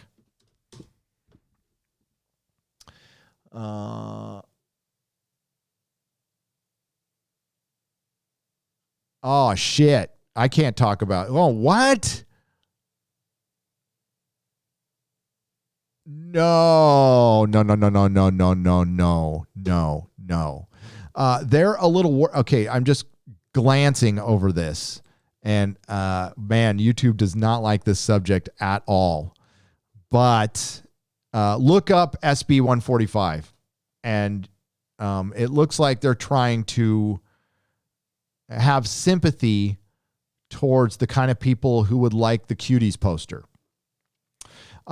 People, whether they're born with the bad wiring or not, I have no sympathy for. And that's really, it's a very small percentage of people I have no sympathy for at all. And it just happens to be them. Hail, Gary. Thought of you today when I saw the Pelosi bullshit. Unbelievable. Did you get your birthday present yet? Hobbit pipe. Oh, my God. Margie smiles for $4.99. Melissa will be bringing it down from my P.O. box. Got a new P.O. box coming, and I'll let you know as soon as possible. Thank you so much. My God, I forgot the name of the person. Somebody sent me these laser etchings, these Lord of the Rings laser etchings in wood. They are in my Lord of the Rings room, and they're awesome. And thank you for the Hobbit pipe, Margie. I appreciate it. That's brilliant. I can't wait. I might even smoke out of it. Fuck it. Bear Business for $5. So many people cannot accept that you can call people out for their actions without supporting whoever is opposing them. Thanks for the content. Exactly. And if people, don't automatically assume anything unless somebody says something. Now, if people are getting upset because I'm calling out Pelosi, well, everybody's calling out Pelosi in San Francisco. Everybody. And you're not going to find a lot of Orange Man fans in San Francisco. Now, I am one of the people who doesn't hate the Orange Man. I just think he's a president. That's all. I think they put way too much on him. And I think right now you judge a person by their enemies, and everybody and everything that I see going on isn't caused by the Orange Man. It's pretty clear what's fucking going on. And you're either a partisan or you're not. I'm not Mr. Rah-rah fucking Republican, and I'm nowhere near fucking rah-rah Democrat now. Like, couldn't be farther away from it right now, because that's not shit. They lost me a long fucking time ago. But as soon as you start wearing masks and running around in the street and beating the shit out of people with baseball bats and burning down innocent business owners' businesses, I'm sorry. I guess I'm an extremist for not liking that very much. You are the enemy. Good guys don't wake up and do that. I heard one of them got busted today, and he went right down in the fetal position and started crying like a little bitch. Good. Go to prison for a good long time. Somebody will make a man out of you. Thank you, Bear Business One, for $5. The Ellis for $5. Hey, bud, they talk highly of you over on Louder with Crowder show. You're not alone. Well, thank you. Yeah, Quarter Black Garrett gave me a shout out today again. And he was wearing my shirt on their Instagram page. So thanks, brother. I appreciate, man. I love Quarter Black Garrett. Hey, Gary, CBG gave you a big shout out on Crowder this morning. Chicago box on $1.99. He did. And Crowder was surprised that I wasn't gay. Well, I'll just say this isn't the only Baird. Just kidding. I'm just fucking kidding. And so what if I was? Dual male income? Brilliant. No. Actually, my wife makes, she made, God, that sucks. It just reminds me now. She used to, fuck. That's so fucking shitty. That she's got to fucking start over again. It's shitty. But we're going to be okay. Like I said in the vid, feel bad for the people who had their shit burned down, who don't have the money. Where's the fucking crowdfunding for that? Where's the movie stars bailing out or donating to businesses to rebuild? Where's that funding? I'm sure it exists out there, but I'm not hearing a fucking word of it. So if anybody does know of a legit organization that's helping small businesses rebuild, I think we need to hear that some more. Think about all the fucking, I would argue that the majority of the businesses burned down in a lot of those places weren't white at all. They're burning down their own fucking, or people are coming from out of town, flying in from out of town, which is starting to happen in a lot of cases. And I don't know. I'm hearing a lot about let's bail these people out, but I'm not hearing let's help the business owners rebuild. That would be nice. Greetings from Canada. Polaris sucks for 2 Canadian pesos. Greetings. Hello, fellow San Diegan. What's up? Sunk Shark for $1.99. Well, I was out of San Diego for 18 years, but it was never out of my heart, man. Born and raised here. Java Bean for $2.99 Australian. Hail, Gary. Thank you for your courage. Hashtag RIP Doctor Who. Fucking Doctor Who. That one's a punch in the gut every time. I love that show. I still love that show. A mystery box of time secrets for $5 Australian. Transgender. We know this is normal, right? Well, as far as transgender, what's normal? I don't know if a transgender would want to be known as normal. What's normal? What's normal? Not focusing on your gender all the time is normal. Not focusing on your genitals all the time is normal. Waking up in the morning, paying the bills, calling your mom, going to work, watching Star Trek, that's normal. That's normal. What isn't normal? Obsessing on your identity, obsessing on everything that's wrong with you so you can identify as a victim. That's not fucking normal. It's not normal for me to constantly wake up in the morning and go, my God, my raging ADHD requires me to write down plans all the time so I stay focused. I'm a recovering alcoholic and drug addict, so I need to feel bad about that all the time. So I got to stop going to meetings now because it's cool to be a victim. So I have to, and I'll put it in my profile on Twitter.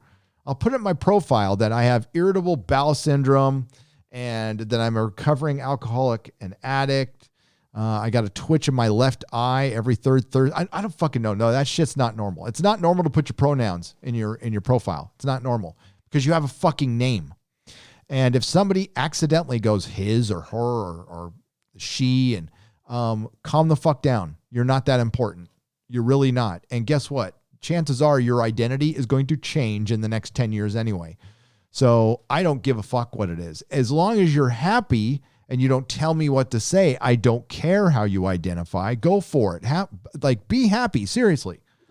But constantly running out there and being obnoxious is not going to endear you to anyone. And thankfully, the sane ones I hear from fucking hate this shit. And honestly, it's not always it's not the transgender, it's the people using them as shields going, look at these transgender, non-binary. So you're announcing somebody who identifies as somebody not identifying as somebody. Did I get that right? So if you're non-binary, you're essentially saying I'm a whatever. I'm not identifying as something. Okay, great. Brilliant. Reminds me of that headline. I was on Yellow Flash's live stream on Saturday, and I believe the headline went, man comes out as transgender at the same time wife and daughter come out as lesbians, going to all live together as a gay couple. I'm pretty sure that's how it went. So they went so far gone, they're back again and wasted everybody's fucking time. You're not special. You're really fucking not. And I'm talking to the people who constantly identify and have to tell us what their problems are. I don't care. I really, really don't care. I don't care what your hangups are. And your hangups don't identify you unless you let them. And if you let them, then you're not going to grow in life. So you'll sit in this arrested development, and you might as well put on an adult diaper at this point because you're just a fucking baby. So there you go. It's clown world. It's fucking clown world at this point. And like nothing, I'm not going to say that. Something's going to surprise us this year. I was about to say nothing else is going to surprise me this year. It's like, don't say that. Nope. That's not true. Something will surprise me this year. Malakot 63 for $10. Hashtag defund San Francisco. Fund carne asada. Hashtag fund carne asada. Fuck you. Ooh, that's what I'm having for dinner tonight. Pelosi actually, thank you very much, Malakot 63, or is it Malakot 63? Michael Plowman for $5. Pelosi actually has the gall to say she was set up with the salon visit.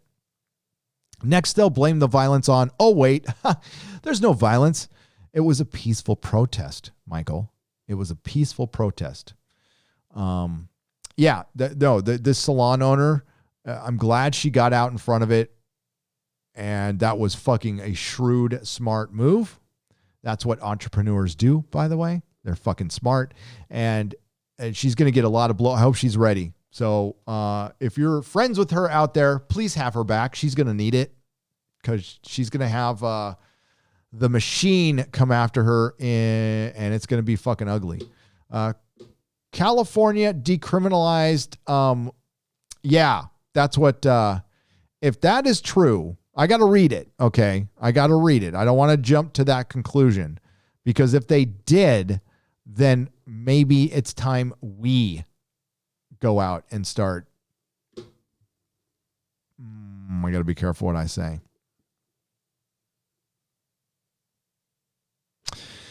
I got to read it. Rented identity. Please forgive me for waiting. I just can't jump to conclusions on that one, but I appreciate you letting me know. And I'm not doubting you. I wouldn't be surprised. I right when I said, nothing's going to surprise me in 2020. What happens within 10 seconds?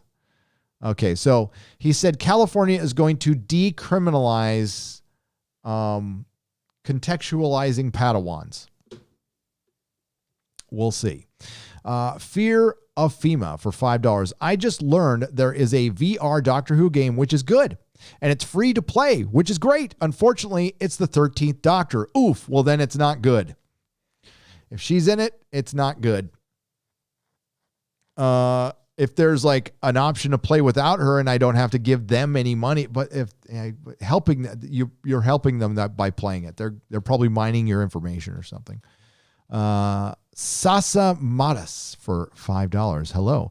Deep Space Nine had a trans officer, Dax, this is true, and trans species security chief, Odo. Both are more interesting than anything Kurtzman has made. Yes, of course. It's all been done in Star Trek in some way or another. As a matter of fact, oh my God, why am I forgetting? The doctor from Enterprise was schooling him on that at the Star Trek convention. Kegal 5 Cap 123 for 20 Norwegian krona. STD goes to show that not all good things are three. No. Oh God, no. Oh God, no. Dude, bad series get green lights all the time. You see, Star Trek is now a CW show. So it's Flash. It's Arrow. You know, it's fucking Batgirl or Batwoman. That's what it is now. So the Star Trek fans who love to fucking stick their nose in the air at Star Wars fans and say how more sophisticated their show is, and this is what gets Red Letter Media the most pissed and all the other fans, is they just dumb their show down to like the lowest level. Like they are low tier CW soap opera shit. That's what Star Trek is.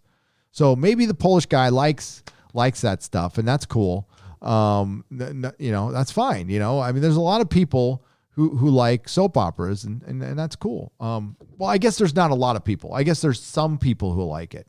But if Star Trek was a popular show, there would be a very popular YouTube. There would be multiple popular YouTubers attached to it, gaining a ton of traction. I don't see that anywhere. Maybe it exists and I'm missing it, but remember when Game of Thrones was out in its prime, there was 100 channels attached to it, and 100 channels were varying degrees of success. Some better than others, but if you covered Game of Thrones between 2014 and 2013 and 2016, you were going to get traction. You were going to get traction. It was a popular fucking TV show. Star Trek, like all the other franchises, has been infiltrated by not only SJWs, dumb fucking SJWs, like the dumbest variety. Star Trek is dumb. The only reason I don't use that is because it really belongs to my boy Ichibaka with Star Wars is dumb. But to be honest, Star Trek is dumb. Star Wars is lazy. Star Trek is dumb. Alex Kurtzman just thinks he's a keen intellect. But actually, I'm as dumb as a bag of hammers.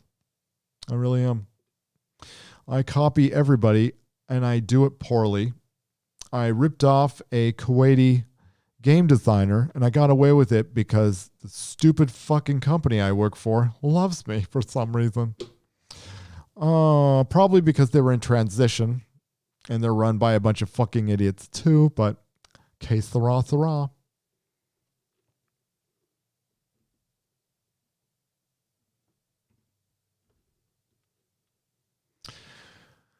Hail, long live the fighters, says Oscar Meyer for $2.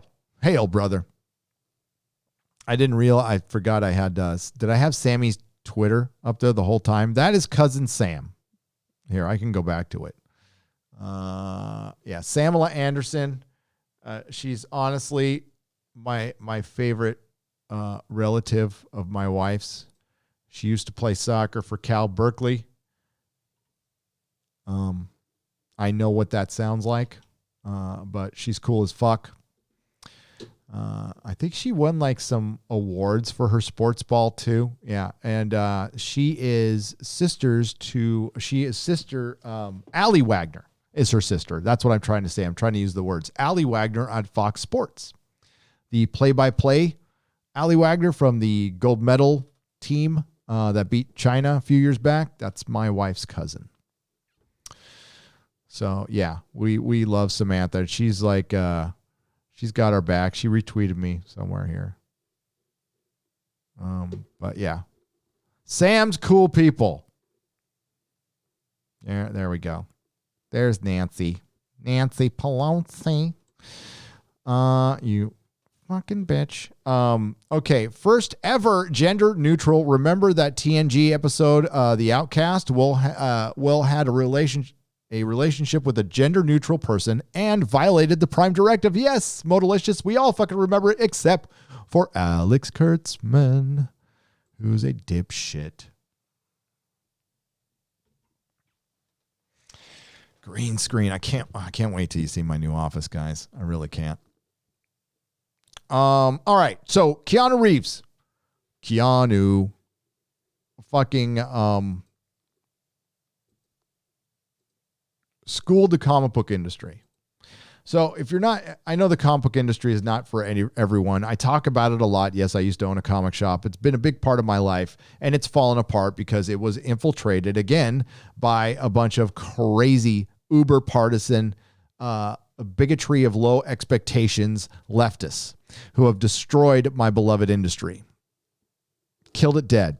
So Keanu Reeves announced that he's doing a comic book with Boom, and they decided to distribute it through Kickstarter. Now I'm getting kind of in the weeds.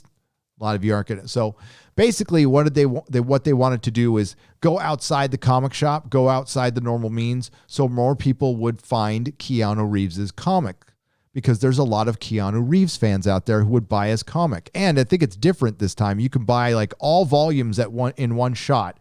And it's basically like subscribing to it, except buying it outright, and they will send it to you. And the comic looks pretty damn good, to be honest with you. And it pissed off a bunch of the comic book comrades, the SJWs, and that made me happy. I didn't know quite every detail of it, right? So your boy Zach sent me an email from Diversity in Comics on it. Thanks again for sending it, your boy Zach. I appreciate it. He is one of the people who inspired me to YouTube, by the way. Here, I'm going to look it up. It's Kickstarter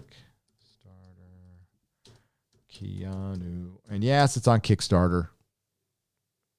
And it's called Berserker. And Ron Garney's on it, which is cool. All right, so I did it again. I fucking did it again. There it is. There's our boy Keanu Reeves. So Az did a great video on this today. Go check it out. Az from Heel versus Babyface, because he is fucking right. Keanu Reeves just did more for the comic book industry in 2 seconds. This is the title of his video, by the way, than the comic industry has done for itself in 4 years. I will take it one step further. Keanu Reeves just fucking schooled Marvel and DC and all the little comic bitches out there who are complaining about this. Yes, Kickstarter is for the little guy to go and start his comic book. Nothing. Of course, they can still do that, but here's the deal. Crowdfunding has been out there for a long time, but Ethan and your boy Zach, Richard Meyer, came up with a new model within that is now going to get some serious competition. Serious competition. So our good friends at Comicsgate better strap up, because they're going to have some competition. People saw them making money, and it was only a matter of time. And listen, they're not everyone out there is a dumb fucking socialist communist who wants to live with 8 roommates and eat fucking ramen and have that cat litter smell in their fucking apartment the whole time.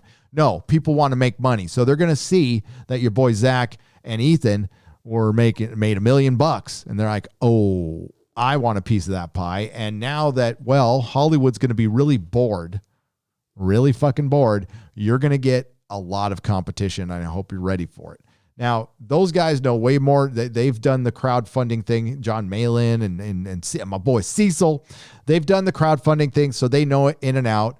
But the industry now is going to it's going to reach its most desperate hour, Obi-Wan. And when it does that, it's going to abandon the comic shop. Basically, Keanu Reeves just stuck a big old dagger in the comic shop with this one. Now, I don't think he meant to, so I'm not taking it personal. I don't have a comic shop. If any comic shop is out there and you're whining about this shit right now and taking it personal, shut the fuck up. You need to shut the fuck up. You had plenty of time to change and evolve, and because you let a few SJW comic shops run your life and didn't say fucking anything, you get what you get. And I know not every comic shop was like that, but you need to speak up. You can't be I just want to go to work and sell comics. It's not that atmosphere anymore. Now you are in competition with the bookstores, Amazon, and Keanu fucking Reeves. So you better make the best fucking comic shop in the fucking world or you're going to die.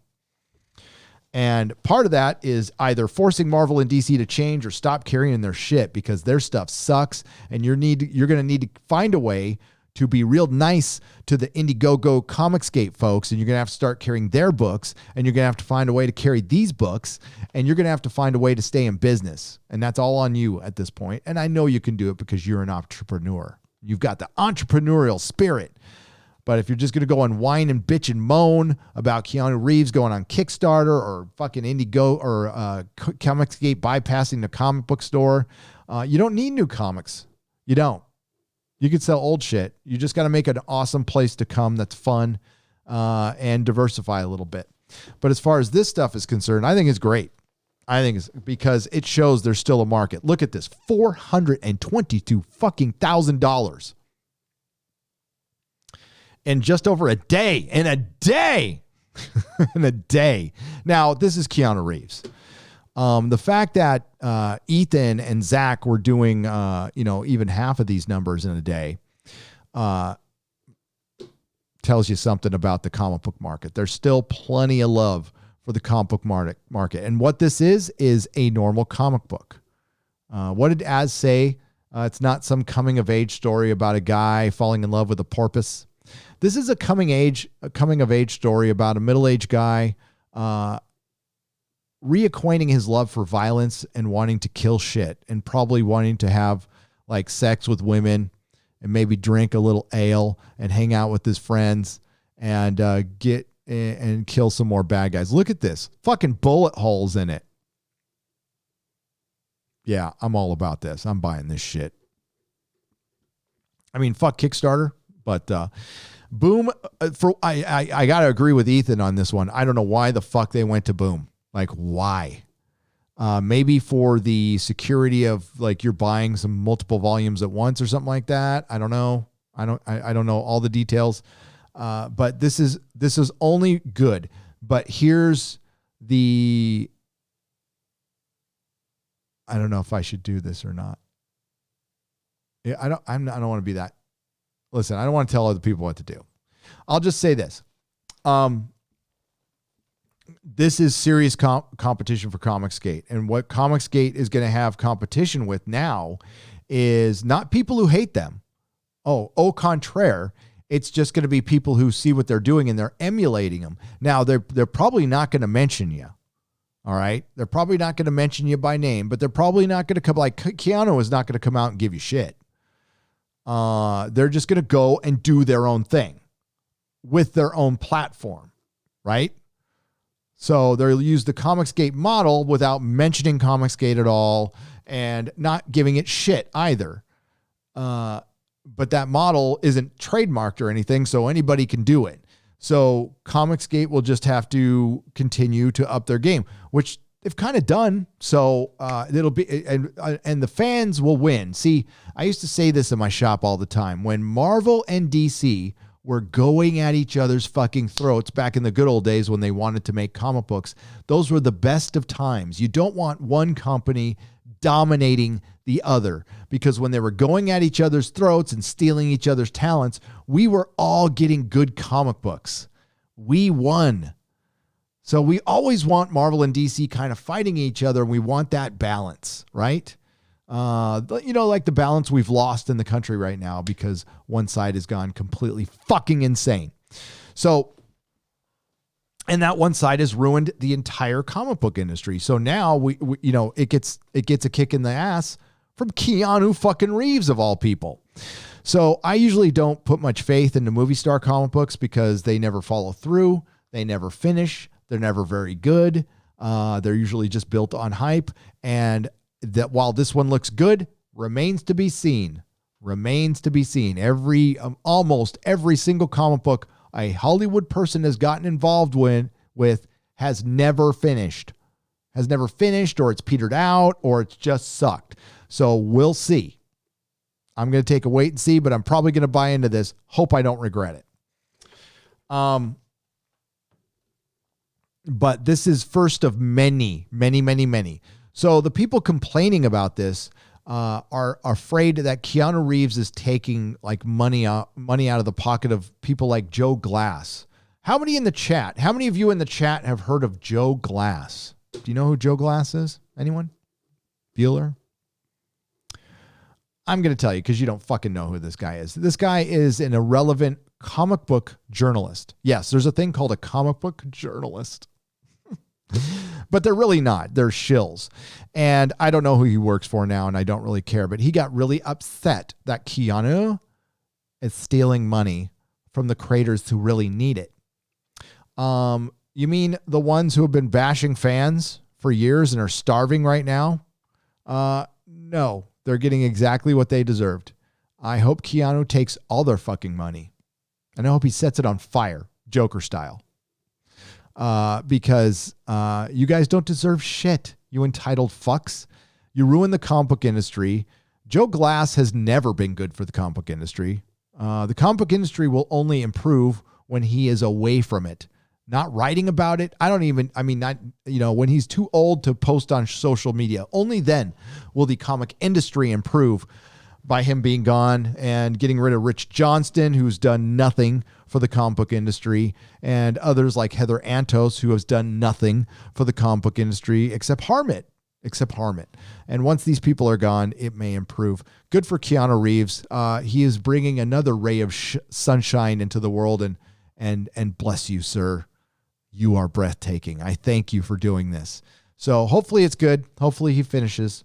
And it pissed off irrelevant Z-list celebrities who are going to be going to vocational school very soon. So look for them to be, changing your oil or something. Again, not a bad job. Honestly, there was a time in my life where I did that and I fucking loved it. I loved it. Oh, look, there's Jonathan Boyega right there. There he is right there.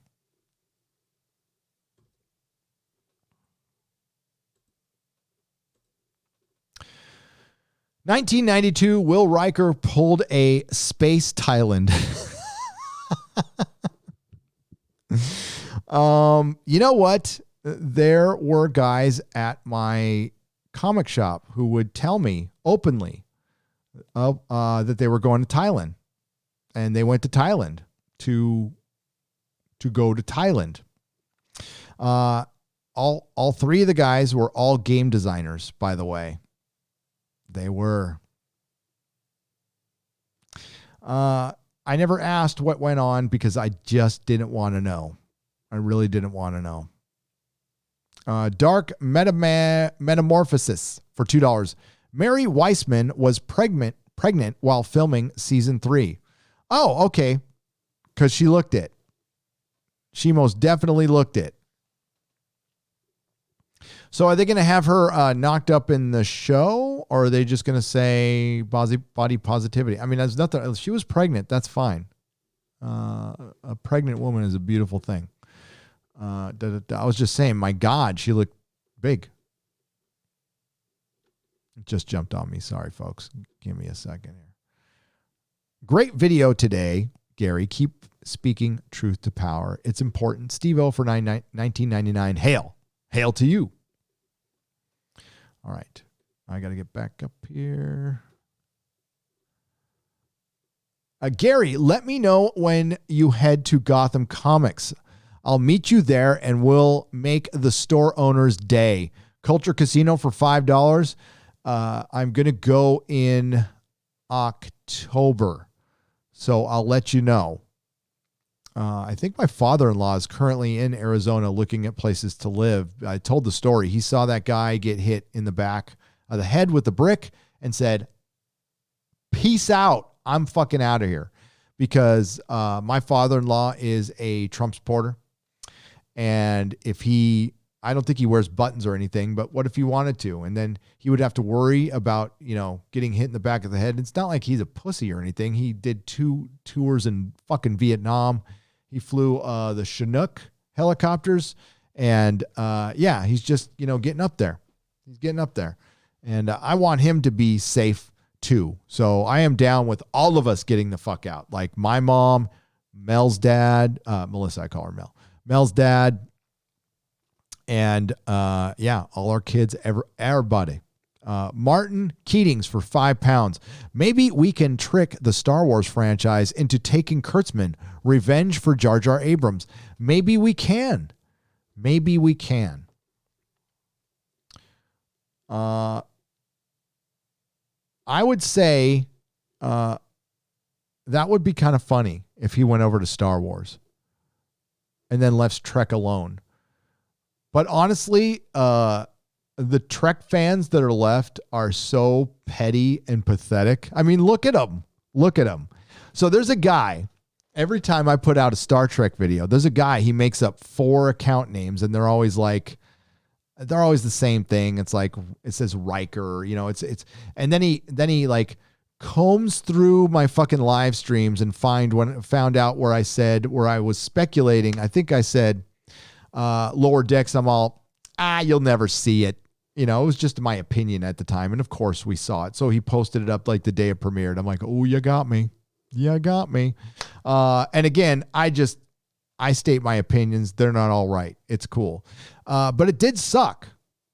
And what he cut out was, we'll never see it, but if we do, it'll probably suck.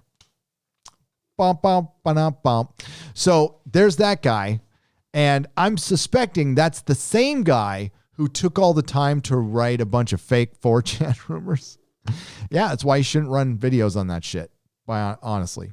But you know what? I don't tell people what to do with their channels. And honestly, if you run with the rumor and you say it's a rumor, I still don't have a single fucking problem with it. Most rumors don't come true, but some do. And let's just keep in mind that the Doctor Who rumor I ran with was true because I know the person. I know what their face looks like. So that's my criteria now. If I'm going to run with anything insider, I need to see your face. I'm not going to run with your name. But I got to trust you. So I'm going to see your face. Otherwise I'm not running. It's not worth it. I don't care. I'd rather talk about what's actually happened. And what's actually happened is Star Trek sucks. Charles Dance hated Game of Thrones ending. He did. I read that, and that's great. And we love Charles Dance. Hail Tywin Lannister. Leon K for $2.99. Ord's Board for $2. Hail Nerdrotic. What are you going to write? When are you going to write a comic book? You know what, Ord's Board? It wasn't even going to cross my mind until I saw the Joe Glass thing. And the Snot Snyder. I'm going to call him that from now on. Scott Snyder. You know the guy who had to take the pledge not to rape his coworkers? You know that guy? I kind of want to do a comic just to compete with him. But I got to want to do it. I've done one already. Maybe I'll spruce that up. Find somebody an actual professional to spruce it up. But I think it'd be fun. It would distract from my channel though, Ord's Board. So if I have free time, sure, but the channel has got to be my focus. And that's thanks for reminding me. You just reminded me of something. That's important for Comicsgate. Their channels need to grow. They need to continue to grow because they're going to have competition now. So they're going to have to make videos because they're going to have that platform kind of level up a little bit now that they're going to have to compete with Keanu Reeves and stuff. Your boy Zach is making videos every day. and that's good. And I watch them all. Gary said the C word. I did, William Barr. My wife's going to be really pissed at me. I know you Brits. I'm not saying you're a Brit. Yeah, you Brits say it all the time, but it's pretty bad word to say over here in front of a lady. And my wife does. My wife does not call me out for anything, really. That's the one thing she doesn't like. It's like the one thing. Now she'll let me say it. She'll just say, I don't like it. So I save it for very special occasions. Hail, Gary. Feel like you just wanted to be left alone to do your shows, and these a-holes drug you into politics. Thanks for sharing all this. Dr. Mass for $4.99. I really just wanted to mind my own fucking business. But then they made me their business, and they are my business now. Wandering Paladin, welcome to the Gelogia membership. I appreciate it. NG1T for $5 says, keep it up. Thanks for the super sticker, and thanks for your support. Hail, good sir. According to Forbes, the number is over 19,000. 19,000?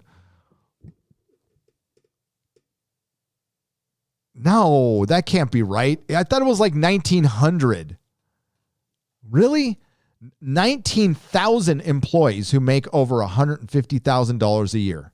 19,000. Fuck that. Yeah, that shit. That shit. Well, you know what? I'm glad I'm fucking out of there. Rented identity for $5 Australian. In California, it's illegal to willingly spread a bad disease, but not the beer bug.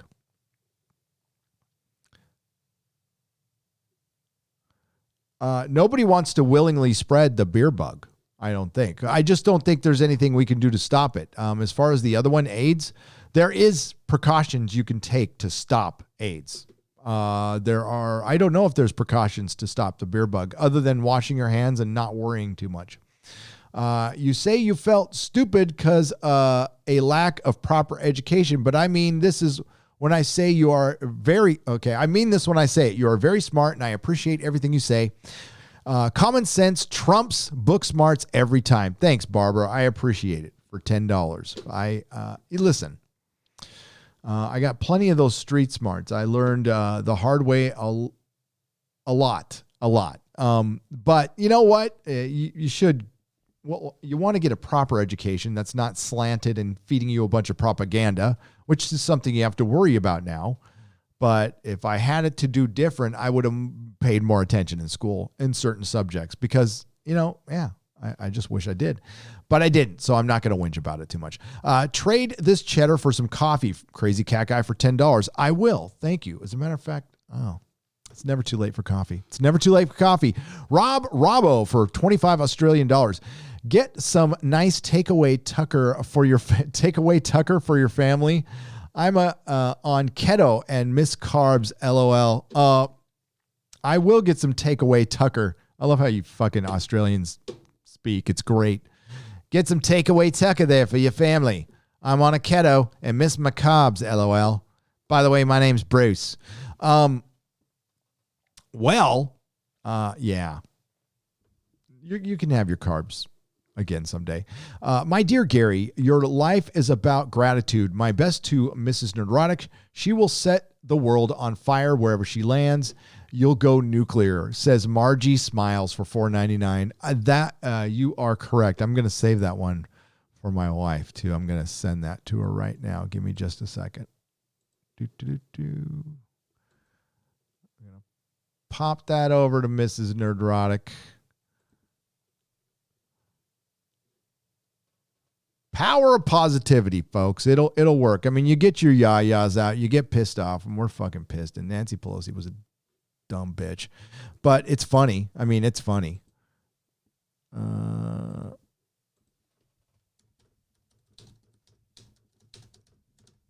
There, I passed that on to Mrs. Nerdrotic. Thanks. That was nice. Much love, Gary. My last video your last video was tremendous.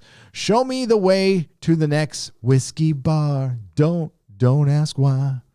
Jaffa with there you go. You got Spock. $4.99. Don't get political. I can see how tempted you are. You're wise not to. Joshua Hoffman for $4.99. Yeah, if I continued to go down that road, I would have to stay on that road, and I'd be miserable because I am a nerd. I want to talk about Lord of the Rings. As a matter of fact, there's an article I didn't get to that we'll get to on Friday nights that's about Lord of the Rings. There has been casting. There is news. And it's going to go woke. Yeah. Fucking fuck. I just didn't want to dump on you today. I really didn't.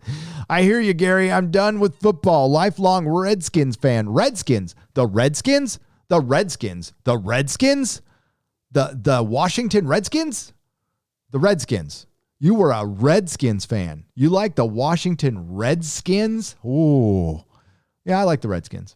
I saw Doug Williams win a Super Bowl in San Diego when he was a member of the Redskins. Now I have no team. Screw the NFL. Yeah, sorry.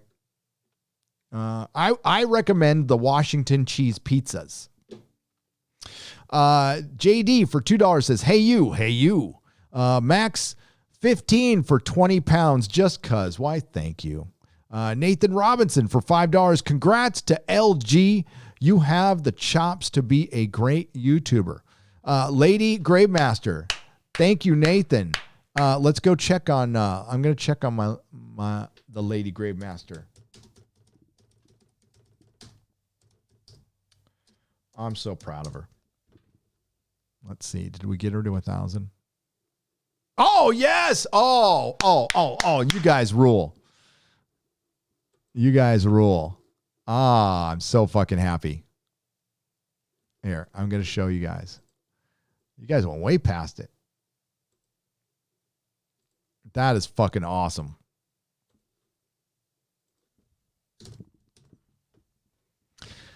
With her one video, I mean, honestly, she's got to, you got to beat that now. But your very first video, that's like a Robot Head. Robot Head put out like his first video and it got 1 million views. I don't have 1 million view video. I just had a video past 600,000 for the first time. But that's awesome. So well done to my producer, Lady Gravemaster. She gets better at her job. She's going to be better at all this than I am very, very soon. No, she's got the chops for sure. So I'm very, very proud of her. Oh, you can't see it. Oh, yeah, you can. Okay, good. I'm glad you can see it. All right, here we go. What happened to your JKR video from yesterday? It was gone an hour after you put it up. JKR? My Joker video?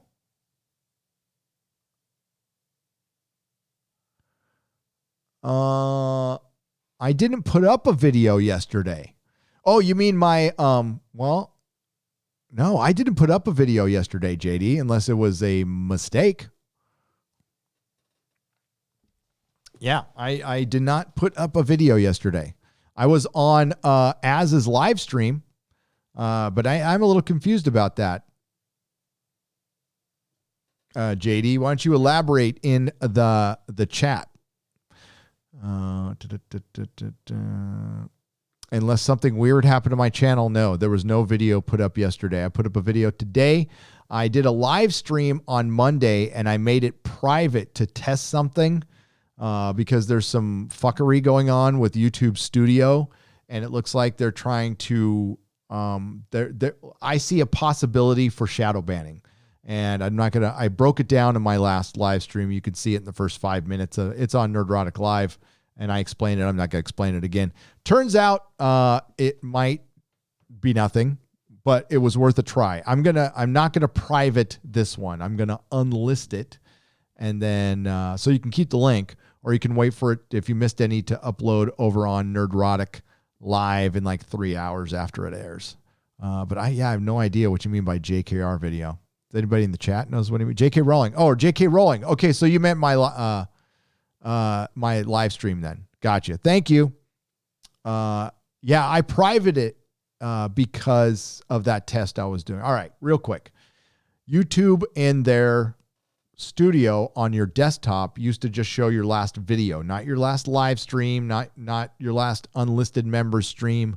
It would show your video.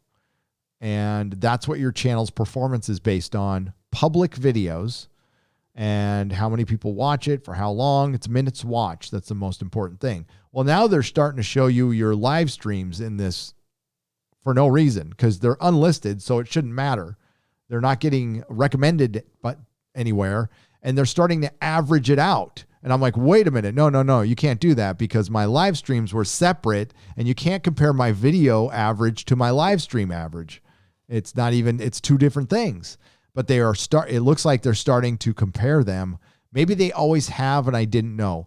You know what? You see something change on YouTube, it's usually bad. They usually make a change. It pisses everybody off. They don't tell anybody about it ever, by the way, ever. I still have shit missing in my studio. I just got tired of asking. Doomcock can't schedule a live stream right now. He's got some bug on his channel. He can't get anybody to fucking answer him. I tried to figure it out. I couldn't figure it out. So it's weird. He's missing a button. He's straight up missing a button that everybody else has. So it probably has to do with the coof and people not going into work. I don't know. But usually it's pretty boring stuff. See, we lose people when I talk about stuff, but it's okay. I love everybody who's still here and everybody who watched. Warning, don't waste your money on Nolan's next movie, Tenet. It's really bad. Drinker did a review on it. He's right on all accounts. Oddity for $5. Oh, Drinker did a review. I almost don't want to watch it because I want to watch the movie first, but fuck it. I'm going to watch Drinker's review. Yeah. I don't want. Has Jeremy put out a review yet? Has Jeremy from Geeks and Gamers put out a review? I don't want to spoil anything he said to me if he hasn't put out a review.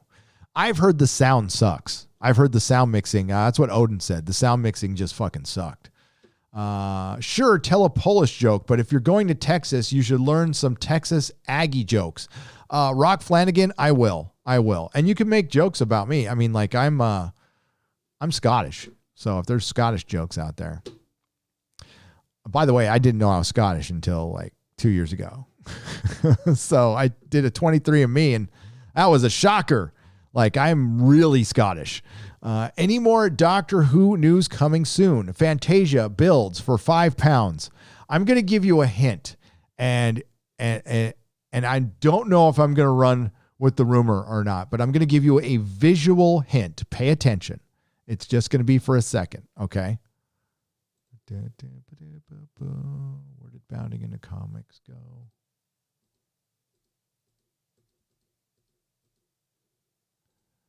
Give me just a moment. Okay. What is possibly coming for Doctor Who? A visual hint by Nerdrotic.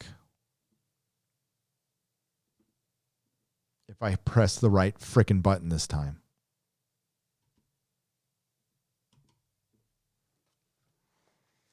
What is coming for Doctor Who? A visual hint from Nerdrotic.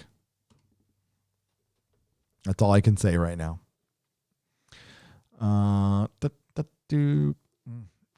Listen, if your question is my favorite franchise going to get really fucking woke now because of the rioting and the looting and all the knee bending by the corporations, including fucking Best Buy? The answer is yes. Categorically, absolutely, 1000%, yes. If you think Hollywood was woke before, you ain't seen nothing yet. The good news is it will be just as successful as it was before, which was not at all. We're just going to have to live through it, but at least we can laugh at it together. Because some of it will be horrifically cringe bad. Because these are people trying to use things. These are people who can't human, so they're going to try to nuance their way through something they don't know how to do. Like they've heard this word empathy. They've never really practically used it in a practical way. Like Kurtzman's all, Okay, so I went to therapy, and I'm told that I'm not very empathetic. So I'm going to use the word a lot in every script I write. I'm going to read the definition of it, and I'm going to try to practice it to be more empathetic.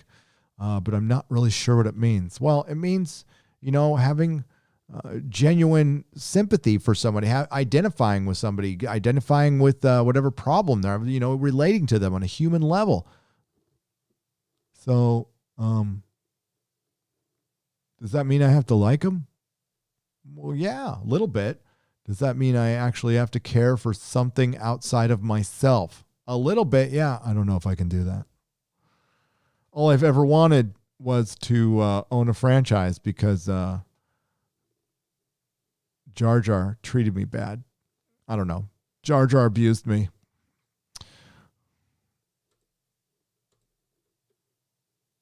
$14 Blu-ray reviews for £5. Long time no see, man. Please do not come to Barry Island. You will find it woke because the BBC filmed there and Will and Kate visited it. The Dr. 14 Blu-ray reviews. My God, I missed your weird super chats. I love them. Thank you for the £5. And I will, listen, if you definitely want me to do something, tell me not to do it. Hi, Gary. I lived in California and left 18 years ago. Come to South Dakota, red state, but not the crazy end. And I have great internet, 1 gig service. Would love to have you. Jerry E. for $10. I have been to South Dakota many, many, many, many times. I can't live there because the winters are you're in your house for 6 months. Now, maybe I wouldn't mind that too much, but yeah, my dad grew up in Roscoe, South Dakota. It's a town of about 300 people. It's right near Ipswich and Aberdeen. Robbo for Australian $5. Why don't Australian women use vibrators? Australian men. That's good. Well played, sir. Thank you for the $5 Love the response to my "Don't you think Gary looks tired?" super chat. Have another $5. Thanks, Craig Mediffit, for $5. Don't you think he looks tired? Please stop calling Jody Dr. Karen. She is not a Karen. She is a very nice woman and a mother. So please stop bullying her. The Dr. 14 Blu-ray reviews for £5. You want me to stop calling the first female doctor played by Jodie Whittaker, who I will lovingly call Dr. Karen, Dr. Karen? I said I'd do it in a loving way. No, because I don't care if she's a mom. That mom said that the franchise I love, by the way, I happen to be a father. Does that count for shit? Obviously not to the BBC. That mom told this dad that his favorite show was a practice in the male gaze in all history. And by the way, and also said, I got old. And you know what? I did too. And you know what? I'm totally fine being fucking old, Jody. You're not far off from my age, and how are they going to react to you when you get old, Jody? Don't you think she looks tired? All the best to you and Mrs. Nerdrotic. Hang in there. Will you be getting a local P.O. box so we could send care packages and other goodies? Bama grad, thank you for the $5, and thank you to everyone who sent stuff, and that will be part of the next Super Chat Square Up, by the way. I've got some letters and stuff. Yes, I will be setting it up. As a matter of fact, I was supposed to set it up today, and I kind of forgot. So I'll be setting it up tomorrow. Mrs. Nerdrotic reminded me 5 times, and I still forgot. Finbar Hooley for $5. Get Mahler and Rags EFAP your Picard review. Well, okay, for one, yes, they're invited to my channel whenever they want. They can call me at 3 a.m. and go, "Hello, Gary. I'd like to get on your channel now." And I'd say yes. Okay. Cause you only say yes to Mahler or Rags. Mahler and I are talking about doing something,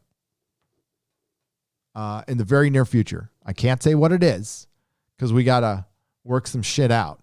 But once we work that shit out, we're doing it and you're going to like it. And hopefully Rags is invited, by the way. Rags is always invited. But yeah, you'll be seeing some Mahler sooner than later. Please listen to your politicians. They are trying to save your life from a deadly virus. The Dr. 14 Blu-ray reviews for £5. I would love to. Honestly. I would like for all of my politicians to not politicize absolutely everything, and then I could listen to them and I would believe them. But you should listen to your local health professional. See what your doctor says. Find somebody you trust. Local politicians are not trying to save your life. They're trying to get reelected.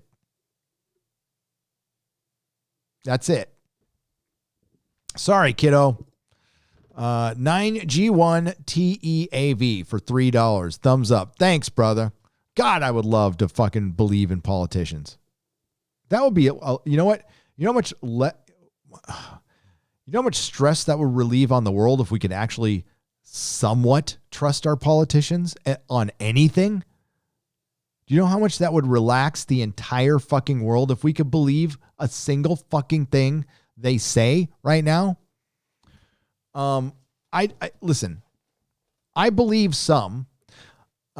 Any politician that's not part of the machine, I tend to gravitate towards.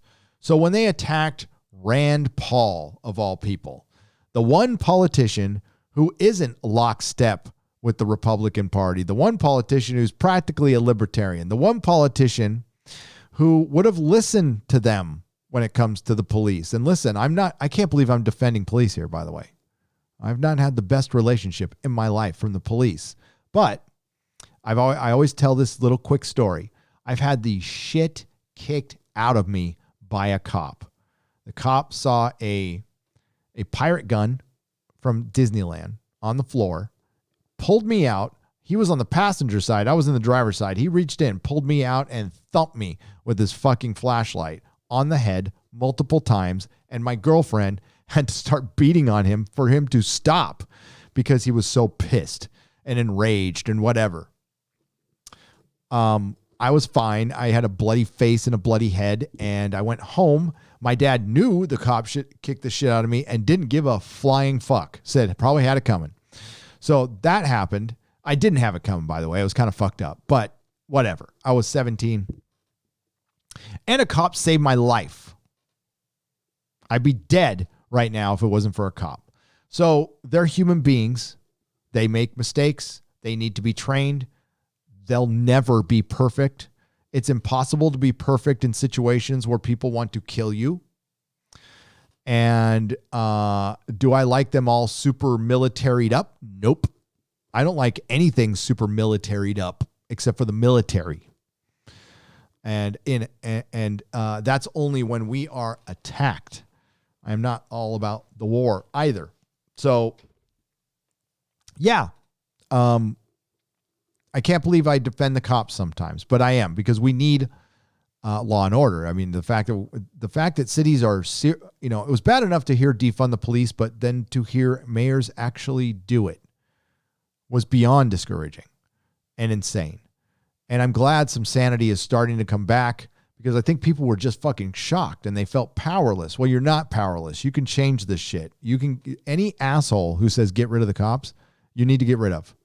They're not your friend. No matter what party they're on, they will not back you if your house gets what if imagine living in Portland and somebody just decides to go, I'm going to go take over somebody's house someday. And that politician won't do a fucking thing.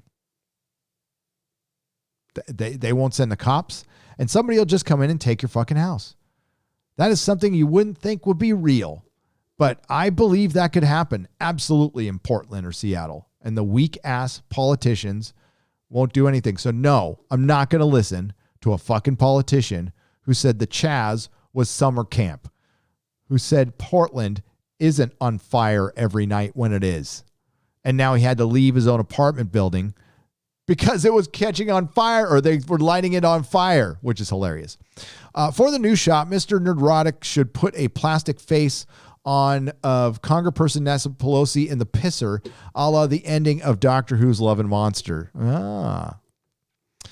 God, that was a pisser episode too. But yes, thank you, Daniel, for $5. Good idea. Pelosi is the wicked witch of the West. I swear she could pass away, and she and her casket would be elected to the House. Redwood the Elf for $5. Well, that's the fix is in. I left you some tweets on your timelines about Pelosi. Thank you, Mark C. I will get them in just a moment. Californians have overrun Baja California. Okay, this is a Mexican saying Californians have overrun his state. And he's right. He's right. How many of them have run down there and now they're going to fuck up Baja California and Ensenada? Fucking Ensenada is awesome, dude. Bogue for 20 Mexican dollars. Hail, brother. You know, we should not have any beefs with Mexico because for the most part, that country is pretty family oriented. It's almost like there is a faction in the government, kind of like the faction that wants to keep a lot of Americans poor. It's like that same faction wants to keep Mexico where it is. Know what I'm saying? Because by all accounts, Mexico has resources and should be doing great. Kind of interesting. I wish all the best for you guys down there. I've been down there a lot. My dad did I'm taking you to a Tijuana orphanage to me and my sister, and he did it. And it was a fucking eye opener for a 7-year-old kid. But yeah, gratitude. I always say the left should be referred to as the wrong. When things go wrong, they don't say things went right. It goes, things went left. Says Busta Grimes for $5. What's up, man? That's a good one. That is a good one. That is true. Doctor Who, again, the sound of the TARDIS appearing depresses me. It does now, R. Fletch, for £5. But we're going to start getting that sound in the beginning of the Nooner. I've got a little clip that I'm going to put along with Perry Chan's brilliant intro. That's perfect. I'm not trying to fuck with it in any way. I just had a little idea today. Michael Lamb for $5 Australian dollars. Hi, Gary. I'm progressive. I don't agree with you on everything, but your views on Star Trek are on point. If the Trek is not for me now, then who? I don't understand. Yeah. See, the thing is, they're not written well. So they can say, like, we've got all these progressive things, but they can't even progressive fucking right, which is hilarious. Which shows what they're just posers. These fucking idiots. They write Hawaii Five-0 in CW shows. Star Trek is way beyond them. Just heard today Rogan has left. He has already moved to Austin, Texas. Oh, really? Good for him. Did he explain why all the right-wing people were missing from his show? Was it all right-wing people? Because I went and checked, and some of his most watched shows were on Spotify, including Graham Hancock. So it couldn't have been all his favorite episodes. I didn't get a proper answer on that one. That kind of went because Nancy Pelosi stole all the oxygen from that story. But maybe I don't know all the details. And that's good that he's out of there. Yeah, I can't move that quick, Mark C. Joe Rogan has millions of dollars, and I don't. I'm a thousandaire. I am a thousandaire. Kent Barnes for $20. Here's a wee bit just because. I immediately thought of your wife when I saw the Pelosi video. When you settle, I've got some original Lord of the Rings figures still in the boxes. If you've ever need some thoughts on and prayers for you both. Kent, email me. I'll buy them off you. We can come to a fair exchange of goods. I like fair exchanges of goods. Yes, I need boxed up Lord of the Rings figures. I don't have the Toy Biz ones anymore. I got rid of those in my store. Now I have the Osmus, like super nice ones, but I'd love to have the Toy Biz ones, and I will. You know what? A fair exchange would be good. General Zod, kneel before Zod. Keep it up. Glass is human. Your general salutes you, and I salute you, General. Hail. Henry HJY for $9.99. Hey, Gary, I hope you take this as a compliment. I'll try. I think you're everyone's Jimmy Stewart. It's a Wonderful Life in fandom. Honest, grounded, and spot on. Cheers. I'll take that as a compliment. I mean, I'm not feeling suicidal or anything, but I will take it as a compliment. Jimmy Stewart, I love It's a Wonderful Life. I love that fucking movie, man. I love Christmas. I do. And it's just around the corner. And this shit better be over. Doesn't it feel like the Democrats kind of overplayed their hand and they're like, God, we can't lock these people down again. It kind of feels that way now. I don't want to give false hope. I don't want to get my hopes up yet because I was just talking to the guy in the gym and he said, yeah, who knows if they'll just fucking close us down again. And I said, don't close. I'm serious. Don't fucking close. If they tell you to close, just don't close. You just saw everybody civil disobedience their fucking way through the streets and break everything. And it's the mass numbers that they couldn't stop, although they could when they wanted to. Let's be real. If enough of us just don't close, there ain't shit they can do. They can't arrest everyone. And hail to that New Jersey gym owner. I don't know what's happened to him in the last few days, but fuck yeah, dude. That's what I'm talking about. I'm right here with you on the IBS. Hail, brother, says 200 Watt Studio for $2. I don't have irritable bowel syndrome. I'm good. The IBS is good. I was just joking. I was joking about everybody putting every fucking one of their problems. But if you do have it, you have my sympathies. Wheel of Time is going to be on Amazon with Lord of the Rings, and it will be woke as fuck. I'm joining you rallying against the machine if they do what I think they do to both of these great works. Oh, they will. I think the only question is who's going to get it worse. Tim Criddle for $5. Honestly, I'm hoping it's Wheel of Time. I like Lord of the Rings more, but we'll see. Hopefully I'm wrong about both and we really enjoy them. But, well, we're going to find out when The Boys comes out in a couple of days. I will be doing reviews of The Boys, but I'm pretty sure it's going to be a goddamn woke fest. I hope I'm wrong. James Howard for $5. Hail, Gary. Why is nobody talking about shutting down the AA meetings along with the churches? It will have major consequences. It will. And they're open here. Now you can go to AA meetings outside. Nobody's talking about it because I don't know. Honestly, I don't know. Maybe I should talk about it more. The churches should not be closed. AA meetings should not be closed. They're both essential. And yeah, we need somebody to speak up for that. Because I think if a powerful enough voice spoke up about AA meetings, well, I mean, honestly, it's the governors closing down the churches. So all those governors and Nancy Pelosi's out there who say they're Catholic or they're fucking lying, by the way. No, however you feel about church or mosque or going to temple. Sorry, I had to think of it. Sorry. I'm not a religious person. Or going to AA, getting centered spiritually is fucking essential. And it's not something you can do over a screen. You need human contact. You can still do it responsibly, but it needs to happen. And AA serves one of the best purposes on the planet of any fucking organization ever created. It is one of the most pure organizations ever created. It's never been corrupted once by religion, by politics, by anything. And you can have a hardcore right-wing Catholic person sitting right next Antifa, and they won't bring it up in an AA meeting because they want to get sober. Now, chances are somebody who's a grounded, sober person won't be Antifa.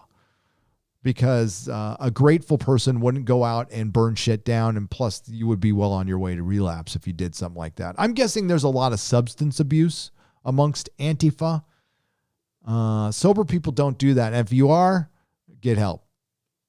Contextualizing Padawans, more like younglings. Yeah, I mean, that's what I mean, Thanks, Mark C, for $5. Hey, dude, have some cash. Keep being awesome. You keep being awesome. Andrew Cole for $2.99. All right, we just got a few more, and then I'm going to wrap it up for the night. We got Roy McClurg for $49.99. Hearts out to you and your family. Thank you, Roy. Oh, look at that. Smoking a big cigar, looking like Boss Hogg in that picture. That's awesome. Thanks, man. Screen Rant put out an article trying to say that it's because of the timeless child that Hartnell kept forgetting his lines. Oh, fuck no. That's the second time I've heard that. Am I going to have to make a video on that? You answer it in the chat. You say yes or no. Does that deserve a video? Keeper of the Tracken for 5 Canadian pesos. Because that does kind of piss me off. 32 flavors of Nick Weiser. What's up, Nick Weiser? Thanks for the $10. 10. Keanu Reeves says you're breathtaking. Pass it on. You're breathtaking. Pass it on. Keanu's book will go to the local comic shop first, and then the Kickstarter won't fulfill until after 2 years later. Cody Duffin, thank you for letting me know. That's even better. That's even better. Then everybody fucking wins. But here's the deal. There's the next guy. They're testing the waters, Cody, and they're going to end up circumventing the comic shop completely. And believe me, this was a test of the waters, and the publishers are keeping an eye on this too, because they're trying to stay relevant, because every single person within their ranks is watching Ethan and Richard, and now they're watching Keanu. So yes, you're going to see the mad dash for Indiegogo, for Kickstarter. You're going to see a new era, and you're going to have the, for lack of a better term, and forgive me, I'm not trying to sound disrespectful, the gimmick comic. You're going to have the gimmick comic. You're going to have to sell more than a comic. It'll have to be a graphic novel. It'll have to have some tchotchkes, some cool things, like the bullet holes in the book. You're going to have to get creative, like the record industry got creative with the albums and the double albums. Albums, that's what I'm trying to say. Yeah, and you know who's going to win? The customer. You're going to get some fucking cool shit. So I can't wait. I fucking can't wait, to be honest with you. Scott S. for $5. My man, Gary, you are constantly over the target, brother. I grew up in Irvine, California. Texas would love to have you, bro. Just don't bring California with you. I won't. I promise. Thank you. Saw a news story about a jetpack near LAX. Just thought that make people smile. Yeah, there was a jetpacker near LAX. Why the fuck not? Idea machine. As long as he's not getting in the way of everything. What is he just like? For one, that'd be kind of cool. But I'd be afraid of like getting my ass burned off. Thanks for the $7. Yes, there was a jetpacker near LAX. British soap operas have storylines involving Fredo's child grooming. Well, that's disgusting. That's disgusting, and that's normalizing it. But considering that's the network of Jimmy Savile, Dr. 14 Blu-ray reviews, not surprised. Thank you for the £5. Hail, Gary. Dad's back in the hospital. Prayers, please. JPRPH1 for $4.99. You will have my prayers. You send the best to your dad. He's a tough mofo, though. He'll be fine. For those who really need a job, lots of work, lots of over-the-road truck driving companies offer paid training. It's not an easy job, but it's better than crap. Mage dog tag for $5. Truck driving is actually a cool job. It's not the easiest. If they're paying to train you, and listen, every place I've walked into in a retail outlet is hiring right now. They are desperate to hire people. So the economy might not be taking a shit, people. And if the economy doesn't take a shit after all this, and I want you to remember, listen, we all have our bias. I understand that. But there's a point where we want to go, okay, how's my life affected directly? Am I really seeing mass inequality? Am I seeing people rounded up and going to camps? Forget what the fucking news says. Am I actually seeing it? Am I seeing police hunt people down? And then go check it with actual numbers, actual data, instead of just lapping up what the mainstream media serves you every day. And you might find that reality's a lot different. And I know you guys know. Of course, I'm talking to the one person out there who watches the mainstream media every day and believes what they fucking say. Lord of the Rings going woke is horrible, but EFAP-style reviews of Amazon series will be glorious. Coordinate the Friday night guys to make it so. That I might have to do. We need governments to keep us safe, and we need rules. Countries without governments have lots of killings. Oh, I agree. We need the government to do its job, which is to keep us safe. I agree. Allowing rioting and looting is not keeping us safe. The mayors of Portland and Seattle could end it and could have ended it whenever they wanted to, and they decided not to because it was peaceful. Fiverr from an old Irish Midwestern biatch, Susan Dolan for $5. Thank you. And listen, who is calling you old? I am not calling you old. Now, biatch, so am I. Brandon Yan for $2. Nice to catch you live, man. Come to Colorado. I'll drive through, but you're blue. Sorry. I am. I know Colorado. There's parts of Colorado that aren't, and Colorado's beautiful. And but Southwest, man. Hear about Aussie Freedom Day, September 5th? No, I haven't. Super Truther for $5. Is it a day of defiance? Because if it is, that's good. Some nobody for $2 says, Dr. Karen, Dr. Karen, Dr. Karen, screw her. And hey, Gary, big fan. Just curious, would you ever consider moving out to New Jersey? John Joseph Gray the 4th for $4.99. Sorry, my Roman numerals suck. And some nobody again for $2. No, but I'll visit. But no. No East Coast for me. I'll visit though. I want to go back to New York City. I do. It's going to be empty though. And so it won't be as fun, but Cecil might still be there. Miss Martin Muses for 99 cents. Thank you for the rose, Miss Martin. I appreciate it. Andrew Fall for $5. I would say set up Pelosi like Nixon in Where the Buffalo Roam. I don't remember that. I know this. Listen, I know the movie. Haven't seen it in years. I would say set up Pelosi like Nixon in Where the Buffalo Roam. Most definitely. The Matic for £5. Like the other guy, I'm progressive and I'm disgusted with the way the majority are behaving to the point I do not discuss my political beliefs. Shame. And Thematic, thank you. And listen, we don't want to paint everybody with the broad brush. I mean, I constantly get it.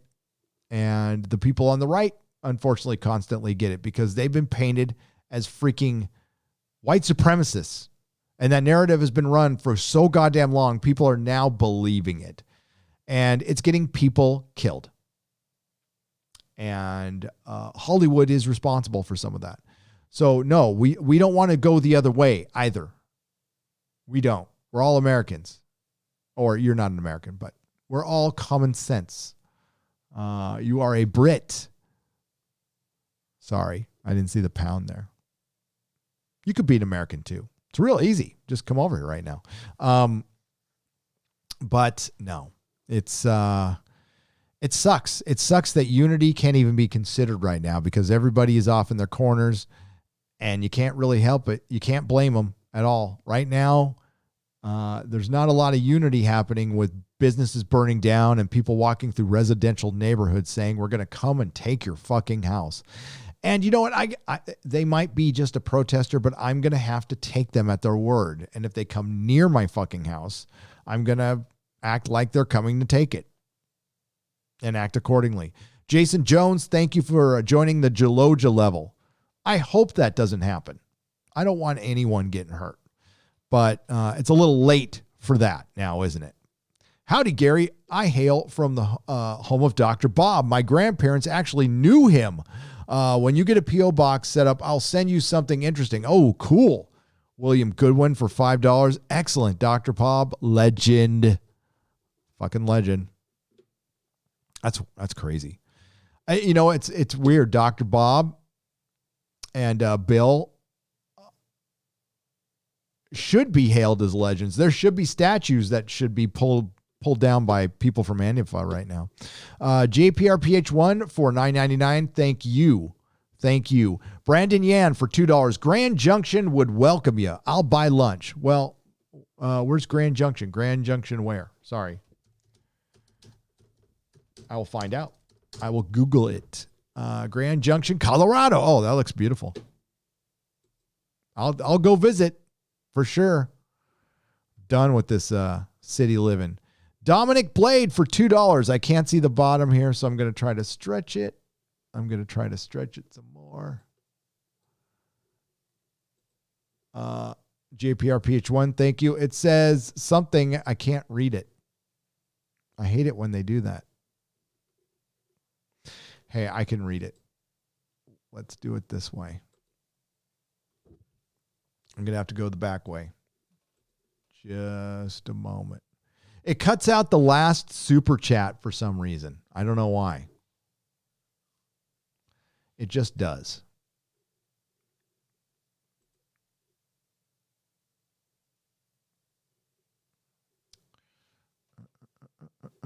Oh boy, they demonetized this one quick. I don't care. I usually don't get demonetized, but they are probably not happy with what I'm talking about. So let it monetize.